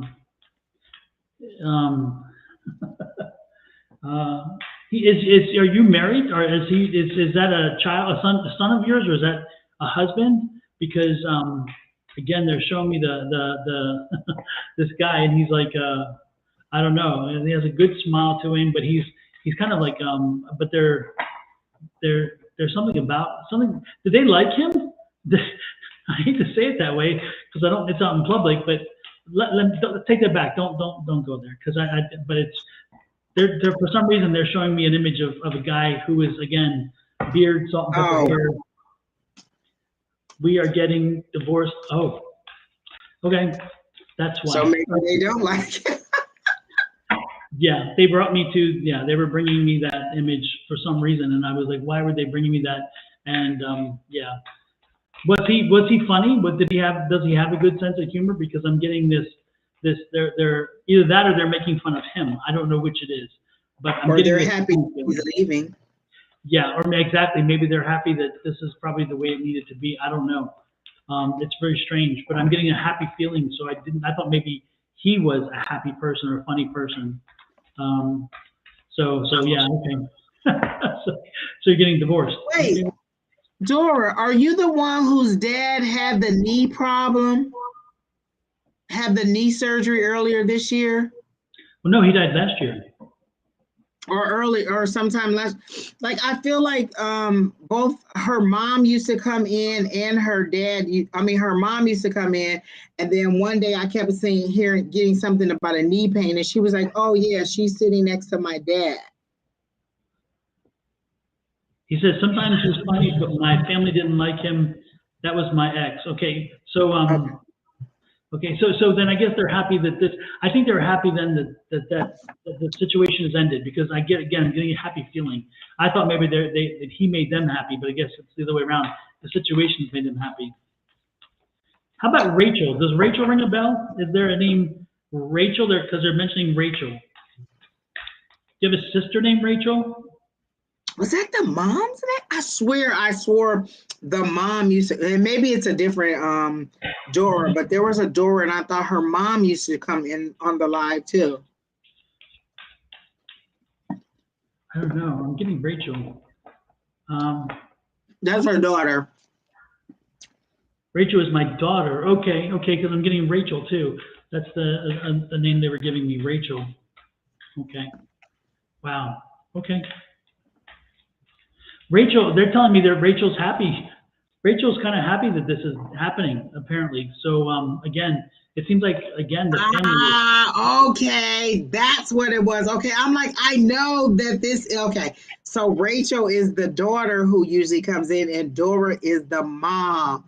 Okay, because I'm like, I know there's a Dora and somebody. Okay, that makes sense. Okay. So Rachel comes to our lives too? Rachel is the person I think who we first encountered, and then mom came in afterward. Because I'm like, no, that Dora name sounds familiar. And did your ex is the one who had the knee surgery? Is that correct, Miss Dora? Because I remember and I kept saying, oh, there's something about a knee, and she was like, oh, my husband just had knee surgery or something about his knee. I think she said yes. Okay. Oh my gosh. I'm like, I know I'm not crazy. Okay. Your memory is amazing. Jesus Christ. I tell you, Angie is like, I'm always amazed because I can't remember Jack. I cannot remember Jack. And yet, wow, that's amazing. So maybe Rachel is the one who just moved across country and wanted the big white truck. I don't know. I remember they keep showing me that big F-150, so I feel like they were supposed to move to Florida and then they stopped short. Well, I'm getting again, not Rachel, Dora. The pressure you must be under, because again, I'm feeling this. Maybe this is what this eye thing is, because it's pressure. Maybe you're under a hell of a lot of pressure right now, because again, I'm getting this tweaking, and it hasn't. And so as soon as we move on, I'm sure this will stop, because this is just. It started coming with you, so I'm thinking it'll go with you as well. And if it doesn't, please take it with you. I don't need it. She says, Rachel okay, McCants. they are okay. Oh, I remember Rachel McCants. Exactly. That was like, I know these people. Yes. Listen, you are my people. I know you people. Listen, Dora and Rachel, I'm like, y'all are people. Y'all used to come here every week. I know y'all. Like, that energy is familiar, and they keep showing me that F-150, and I'm like, wait a minute, I am not crazy. I know these people. It's nice to see you all again. Yes. I'm sorry I didn't recognize you all you. But again. I remember Rachel McCants. I remember the name because that's a unique name. So, oh geez. Oh my gosh, so much. Well, it's good to see you guys in. But let Rachel know that your mom and dad were here and that they're happy with things the way things are working out apparently. So there you go. All right, I like that. All right, Miss Dora. I think things will pick up for you. I think it'll get better for you in 2023. You've endured a lot, and they're showing that, you're at your breaking point. They're like, okay, we need to move this along or she's going to just fall apart. So I'm hearing the song "I Will Survive." So there you go. Oh, listen, and so many people have redone that over and over and over in their own way. And there's this one lady who did it really, really slow. I can't remember her name. I just always put in "I Will Survive" and look at all the different artists who did it. She slowed it down from the disco version to a more R&B version, not like her version. Oh, I heard that not so long ago. Was it Janelle? I don't know. Okay, now you're gonna make me look it up, Lord. Yeah. The one thing I got is I love this, and look at this. This is Celebration. So again, Celebration is coming. So know that Celebration is coming. That this is all working. It's working out the way it was intended to do. I'll put it that way. How's that? Whew. Wow. Good reading. Good reading. Thank you so much for sharing with Dora. Thank you, Dora. Wow. Interesting. Who is next then? I think I'm talking about the Shantae Savage lady who did it. Okay. Yeah, that's the person I'm thinking about. For some reason I was thinking Janelle. She's the one that is in that new movie with the glass onion, which is kind of like the Knives Out, and she's also did some other things, and she's amazing. Her voice. She's an actress, but her singing voice is phenomenal. Oh my God, Don, have you been watching Wednesday? Ed has watched the entire series. I only watched the first few episodes. So, all right. I tried not to get into anything new because I wanted to. I still haven't finished Dead to Me. I still haven't finished Lock and Key. So everybody was talking about Wednesday. So I said, let me see what it's about. I loved it. She has visions, like she'll just enter a room or touch something and she'll get a complete vision and just see it all play out. And it just happens randomly. I don't think she knows how to control it yet. I love it. I'm on episode 4, I think it is. And now she's trying to uncover this mystery, but it is really good, Don. I think you would like it, especially when she has her visions, because it's just like, and for me, it's just like, yes, that's how it is. That's how it is. So I love it. And I like her little dark humor. She's such a smart mom. I love her. I think it just finished White Lotus this week. Oh, I haven't. They were talking about that on the radio. It's 3 seasons, or is it 2? Second season, but they're going to probably do a third. Okay, yeah, they were talking about that on the radio today. They were saying they wrapped it up good enough that if there's not a 3rd season, that's fine. But if they do have a 3rd season, that'll be good. But they did say it was good. I don't even have enough bandwidth to even get into that. Just too much. But I love Jennifer Coolidge. She is so quirky and so strange. Whenever she's a character, it's Jennifer Coolidge being a character, and she is in this show. And I just my gosh, it's so much good stuff on TV. And then I'm trying to keep up on all the Christmas movies. There's so much Christmas on TV, and I just love. So I just sit there and just be. And Emily in Paris is coming. 3rd season's coming up too. What is it? Emily in Paris. Oh, I don't. You know what? I don't listen, Don. That's another one I just had to add to my list, Lord. A holiday treat when you get some time. Exactly. I didn't want to watch. I just went and bought boxes today to move. I'm just so not ready for it. Yeah, there's also you ever see the German show called The Dark or Darkness? Yeah, and then they did another show. The same people did another show, and Ed watches that one, and it's very. It's so much. And I'll sit and watch the same things over and over that I've watched before. Like I can sit down and do a marathon of Frasier any day. Like that is still hilarious. It's coming back. Don't say that. What are you gonna do about the dad? Because he was funny and he died. Yeah, he was. He was hilarious. But no, it's coming back. They did the first reading, the cold reading with the cast. They just finished it, and so they're going to go into production. So yeah, Frasier is coming back. Are you serious? Listen, the reason Keena got into Frasier because it was the day or it was the weekend that the father died. And they did a marathon on TV, and I was watching, and I was laughing so hard. Keena was like, "What are you watching?" Keena ran through the entire catalog in like a week. Keena will devour a show, and she went through every single season in like about a week or two, and was cracking up. It is deep. I love that show. It is hilarious. And Niles, listen, low key, I love Niles. He has some zingers. Well, you know, it's interesting. I never watched the show when it was on TV. I didn't either.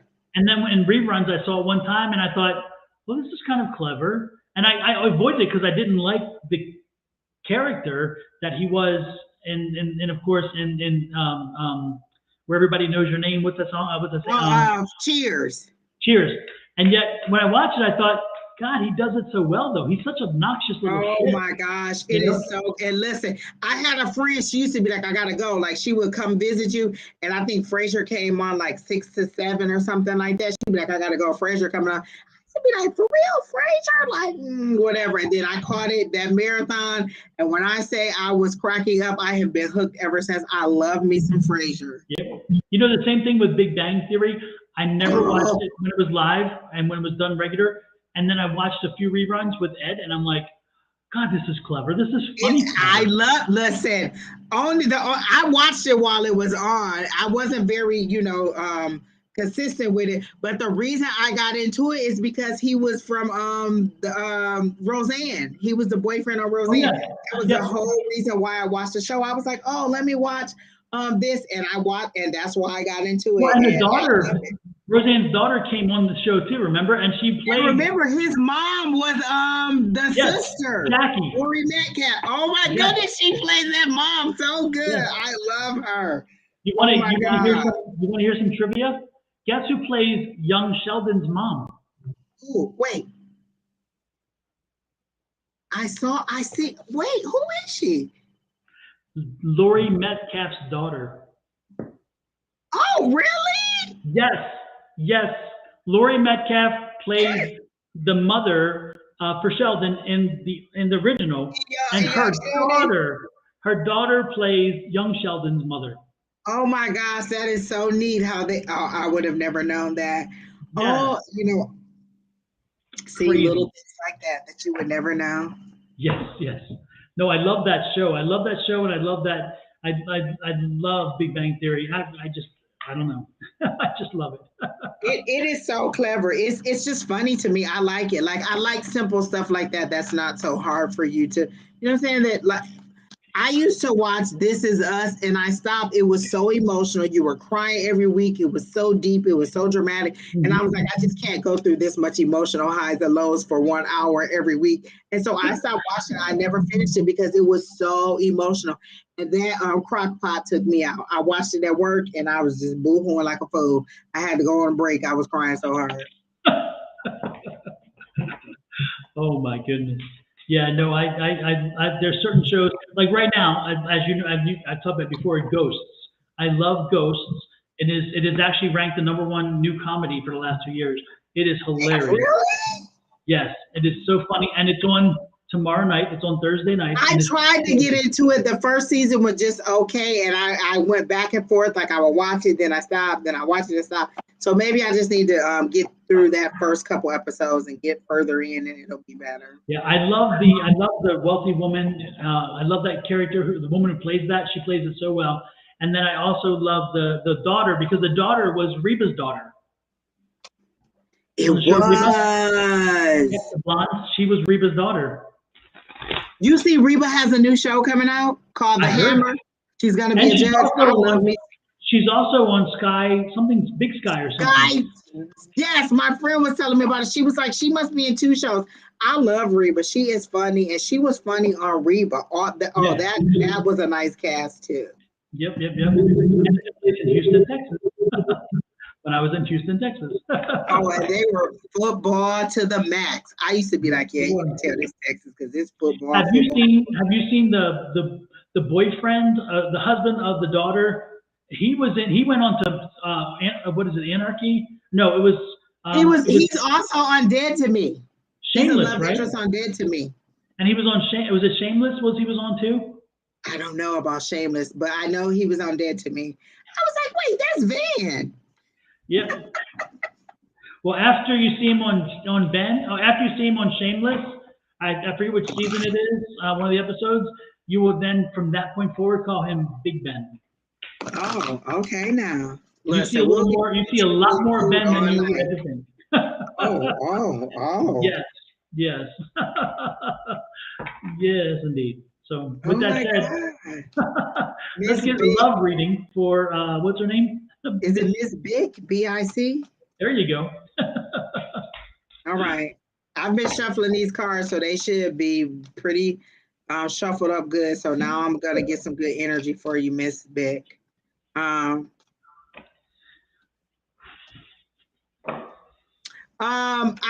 They show me a dove and you opening your hand, you want pure love and you're willing to let whatever you have go to find pure love. Like literally your hands were like this and then you opened them up and a dove came out. You want that pure love, that fairy tale love, that it makes your heart sing kind of love is what you want. But you haven't had that. And it feels like you're in a relationship now, but you're not really happy about that relationship. And then I get the Two of Swords. You feeling bound. You're not knowing what to do. You're looking for the right answer and you don't seem to know.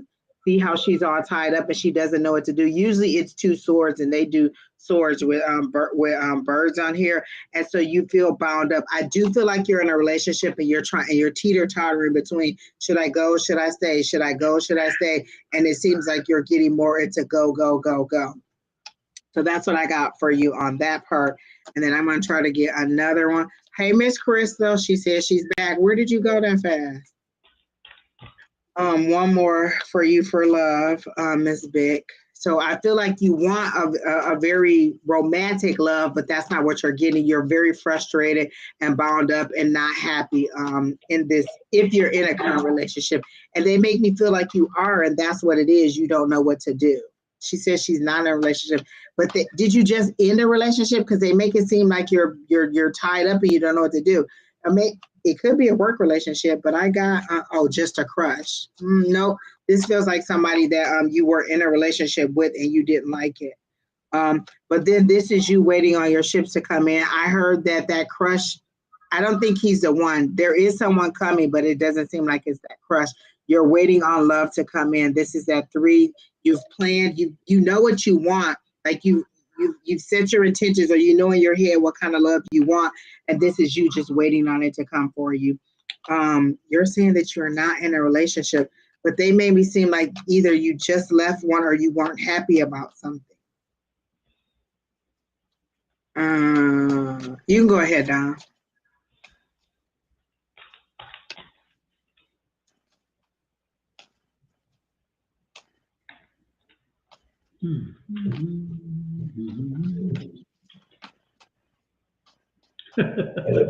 Miss Vic, what's up with this? You like the bad boys? You tend to be drawn to the bad boys and you know they're going to hurt you. But even when you know they're going to hurt you, you tend to still want the bad boys. And guess what? You're not changing anytime soon. But guess what? You're also not going to find that right relationship because the person you're looking for, the person that you want is the person who will hurt you. And yet you're drawn to that same thing every time. So until you learn that lesson, until you learn to get beyond the bad boys, to find that there are also the good boys out there that can offer you what the bad boys do, except for the fact of hurting you. I mean, you set yourself up for this. You knew it coming in. I mean, look at this. Again, the light and the dark. You have 2 cards that were light and dark together. So again, it tells you the same thing. So unless you turn to your higher power and to your higher self and get out of that same cycle, you're going to continue to have the same result. So when you look for love, again, you've got to change your paradigm. You've got to shift your paradigm to you're worth more than you are. Because again, you set yourself up to a short-term relationship because you choose relationships that are not fruitful based on bad boys. Do you also worry about how he'll be received by others? Because I got the community card. This is at 4 of Wands. This is at 1111. Some people call it the marriage card, but I don't get it as a marriage card. I get it as community, but I get it as you being worried about what they'll think about your mate. And so instead of choosing somebody sensible who's in that king energy, who's in that leadership energy, you keep, again, like Don is saying, picking the bad boy, the guy who looks good, who has the tattoos, who talks aggressive, who says it the way you want to hear it, but he doesn't treat you that way. And so they're saying if you would not worry about what others will say about him and pick somebody who is truly what you want, you would get this kingly guy, this person who is all about, leadership and knowing how to treat you and knowing how, because you know what you want, but that's not what you're picking. So you're picking what is appealing to people around you, or what would they think of this person if I got somebody who was more laid back, who was more business, who was a lot less kind of street is the word they're using. And so they're saying if you go for what you truly want versus what you think that everybody else will see you with or will be favorable to, you would get exactly what you want. Good night, Julie. Hey, good night, Julie. So that's what I got for you, Miss Big. So I do feel like love could be on the horizon again, because that's you waiting on your ships to come in. And then this right here is just that perception. If you would not worry so much about what people think and pick the person that you truly like based on how you feel about them and what you want in a man, you would definitely have this immediately. But like Don said, you have to make some better choices. So that's what I got for love. I don't see anything on the horizon for the next couple, not anything long term. I see some flings, like some doors opening and closing, but nothing major. I literally see doors opening and closing. And look at this card, right? Now look at the word. What does it say? It is perception. Okay. Exactly what you had said. Yeah. Oh my gosh, Don, that is right on point. I love it when we're right here. We just, the cards match, we match, everything matches. Yep. So when you said that, I was like, "Oh, geez, whiz, this is the card." It's all about perception. It's like, get beyond perception. Give yourself the credit that you're worth more, and find somebody. But the problem again is you having to surrender to the fact that I don't know if you're ready for a relationship, because you want a broken relationship. You enter the broken relationship. I was a landlord. I'm still a landlord. I have a few properties, but I used to have a ton of properties. Angel knows this. And everybody's like, how could you guarantee you have a good tenant or whatever? Or and the point was, I would say, I bought the eviction. You buy your eviction when you rent. And what I mean by that is you look at the application, you go through it very well, and you know the signs of what tends to be an eviction. And so when you sign that, when you agree to a person coming in, or you have a really good sense whether they're going to be an eviction down the road or not. And so you do all you can to make sure they fit the criteria that you set. And this is the same situation with you. When you enter this relationship, the criteria that you set is a criteria that is a bit flawed, and therefore you have to adjust your criteria and maybe even change your focus if you want a long-term relationship. Otherwise, you go in and out of these things over and over again. That's the way it's going to be. So it starts with you. That's my point. So, I like it.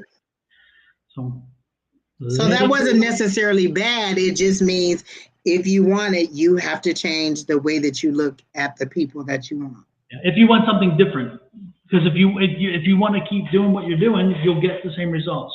If you want something different, you have to change what you're doing. So isn't it? It wasn't Einstein that said if you keep doing the same thing, that your crazy person is wanting to change, but yet doing the same thing. So exactly. That's kind of a crude way. Been there, done that, Don. Been there, done that. Like, why am I doing this over and over again? Exactly. Hamster on a wheel, hamster on a wheel. Listen, spirit know when they show me a hamster on a wheel, I'll be ready to fight. Like, look, do not get on my nerves today. Spirit, they be like, just sit down. Like, you just running and you don't have to run. You literally could sit down. So Madeline wants to know what Chris's current feelings for her are. Have you asked him? Have you had that conversation? Have you met him? I hate to say that, but there's so many that come on here and they're like, oh, I saw that person once and I'm gonna have I want to have a relationship. It's like you haven't even met him yet. Lord have mercy. So also, Madeline, are you still here? Madeline probably already left. She's like, Chris wasn't worth all that.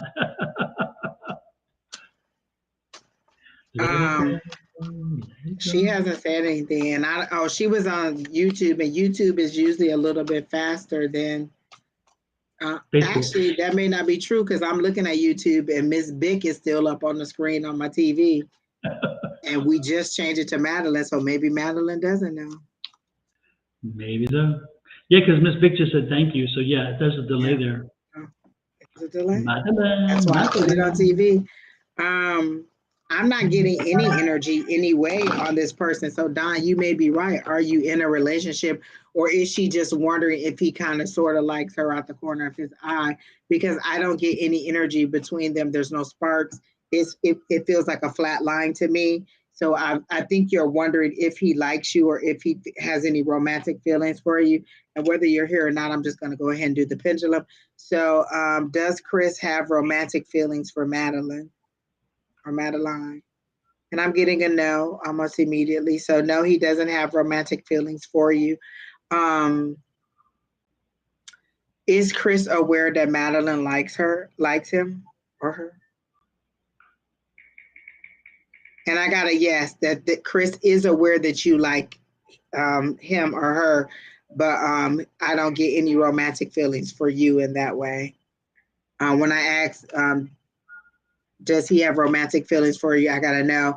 And then when I asked, does he know how you feel about him?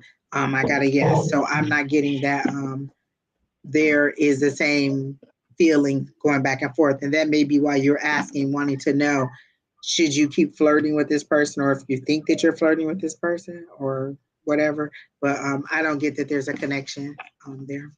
So that's what I got down, Miss Madeline. It's more Yeah. That's why it was flat. But when I asked the pendulum, it was like, no, he doesn't have romantic feelings. And he does know how she feels. He just doesn't feel the same. Well, next in line is Firefly. Love that name. Firefly Magic Glow. Hello, hello, you're good. How receptive would N feel about seeing me over the Christmas, New Year's break? Thanks. Again, this is for Firefly. Firefly, have you asked N? Did you have that conversation? I would suggest if you're going to have that conversation with us, you should probably have the conversation with that person. I feel like if he wanted you to come, that would be something that you would have already discussed. Like, oh, I'm thinking because now it's pretty late to be buying tickets and the prices are going to be astronomical. So I would think if there was some sentiment of wanting you to come, he would ask. But I would, I can do the pendulum again. Does N want Firefly Magic Glow to come visit him over the Christmas break or New Year's? Oh, I gotta know. Jesus. I think someone's gonna be surprised that it's not him. Exactly. Is there a third party with this person? Because I get you single here and then a couple here. So that's how I'm seeing it. I'm not saying that that's necessarily what it is, but that's how they're showing it to me. I got the no too. I think that you may be the one surprised. Yeah. Firefly, you may be very surprised. So leave it there. Next in line is Firefly here? Firefly, are you still here? She said, yeah. She said she hasn't asked. I'm not sure if there is another with him. Well, I would not. I just don't I make get a that's why there's been no expression of you of wanting you to come there. I get the Two of Cups, but I get it on this side. So like how me and Don are split, it's like a single person here and then there's a couple here, and I get this, but not in the pain where you're at. I get it over in the other side. So that's a romantic connection. I don't get it for you and this person.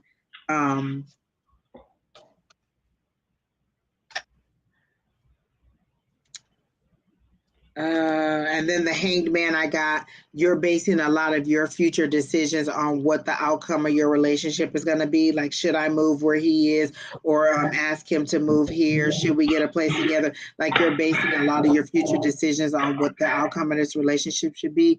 And they're saying stand your ground, stand your ground, like stand in the position you're in and don't move forward with that. So stand your ground and wait. And then yeah, I'm not getting that you should base all your future plans on that, Miss Firefly Glow.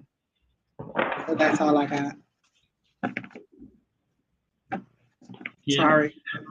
Who's next? I just have one card, and that's not a very positive card. So I just don't surprise them. Don't again. You may wind up getting the surprise you're not in line for.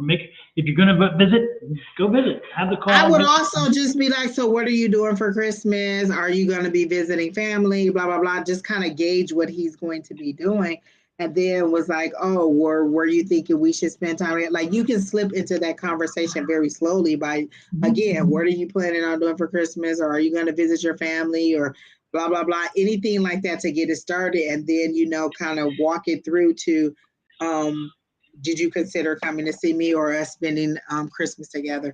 So that's how you could walk it through if you really want to know. But I'm not getting that you're going to get a favorable result with that.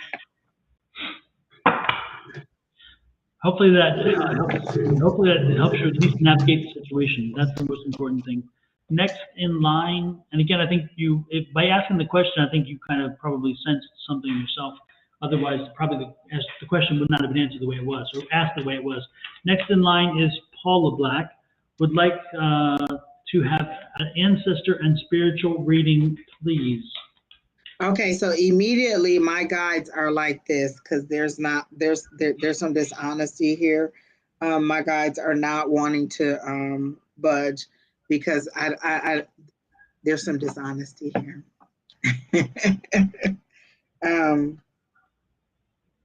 And I'm not getting a message from your ancestors or spiritual beings, but I do hear, I'm psychic, right? So my guides are not giving me any information, because there's something not honest about this. So I'm not going to go any further. I'm not even going to argue with them. If they're saying no, then I'm saying no. Yeah, I'm getting nothing that draws me, nothing's pulling out, nothing's flying out, nothing's jumping out at me. At least not tonight, because I keep hearing why. So Spirit is telling me why. That is what I keep hearing over and over again. Why. You're not getting a message. So that's what I'm getting. Exactly. So that's all I got. Is there anybody else, or was that the last? That was the last person? That was the last one. We are pretty much done for the night. We made it, Don, through. How many? 2 hours and 37 minutes. Oh, I was also looking at the calendar, like, Don, literally in like a week, it is almost like Christmas, like just, whoa. Next Sunday, right? Scary. It went so fast. I swear it was just like Valentine's Day, and now it's like, here we are again at Christmas. Which means that my son is halfway through his junior year, and we have like one more whole year to go, and then May 2024, ta-da! Yes, it's interesting, because that last year for Michael, it started off slow, and by the time mid-year happened, his senior year flew through, and you're like, wait a minute, what happened? It was like really slow the first part of the school year, and then just like boom, gone so fast. Exactly. It's like take your yearbook picture, take your cap and gown picture, order your cap and gown, order your yearbook. You're like, whoa, whoa, whoa. And it's just like boom, boom, boom, back. So it's a lot. It is, and get and the checks, because graduation is not cheap. The graduation, everything. There's a cost for the book. There's a cost for the robe. There's a cap. There's a cost for this. There's a cost for that.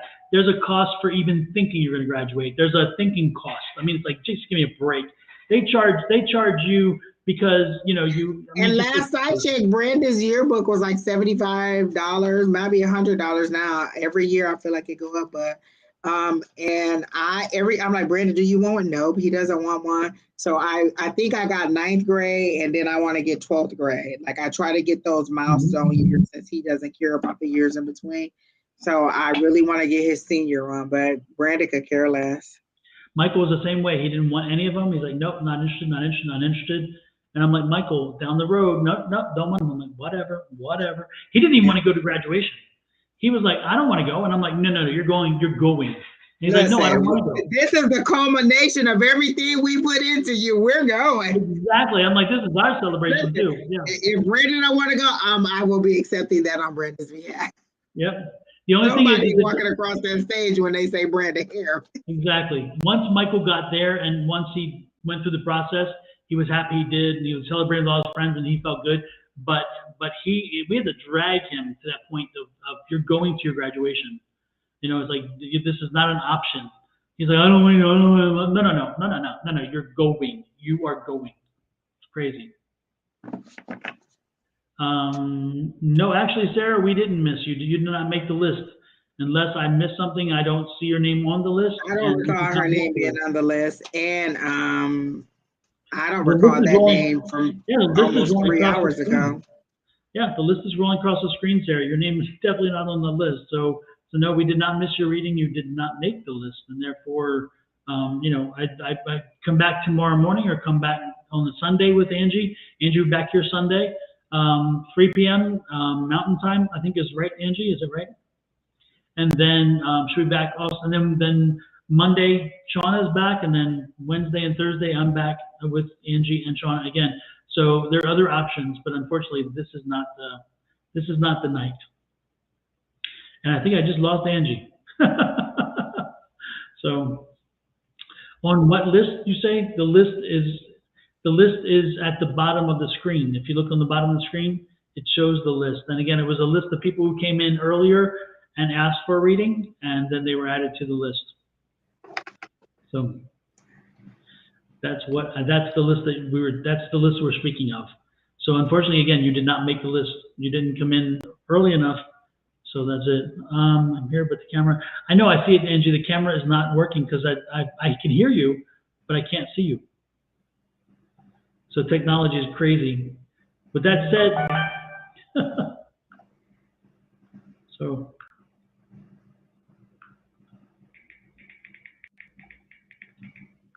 with that said, I think we'll call it a night because again, Angie's not being able to reconnect. So everybody have a great evening. By the way, again, Angie and I are sending holiday wishes to everybody.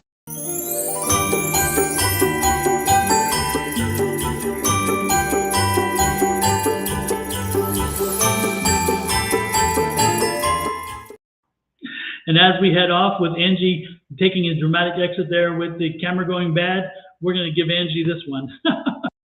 The drama? Could it be me? Once again. The drama? Could it be me?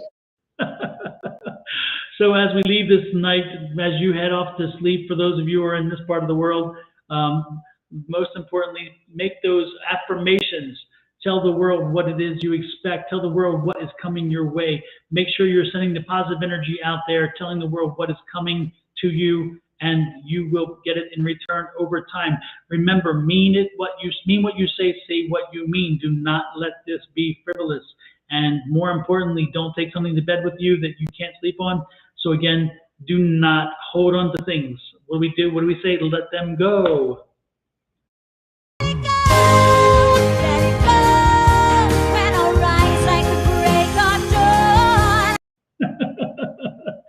So with that said, have a great evening, everybody. From Angie, myself, and Kina, we will talk to you again later this weekend. Again, Angie will be back on Sunday. I'll be back tomorrow morning. Have a great one. Thanks for joining us. This is Don signing off. Adios.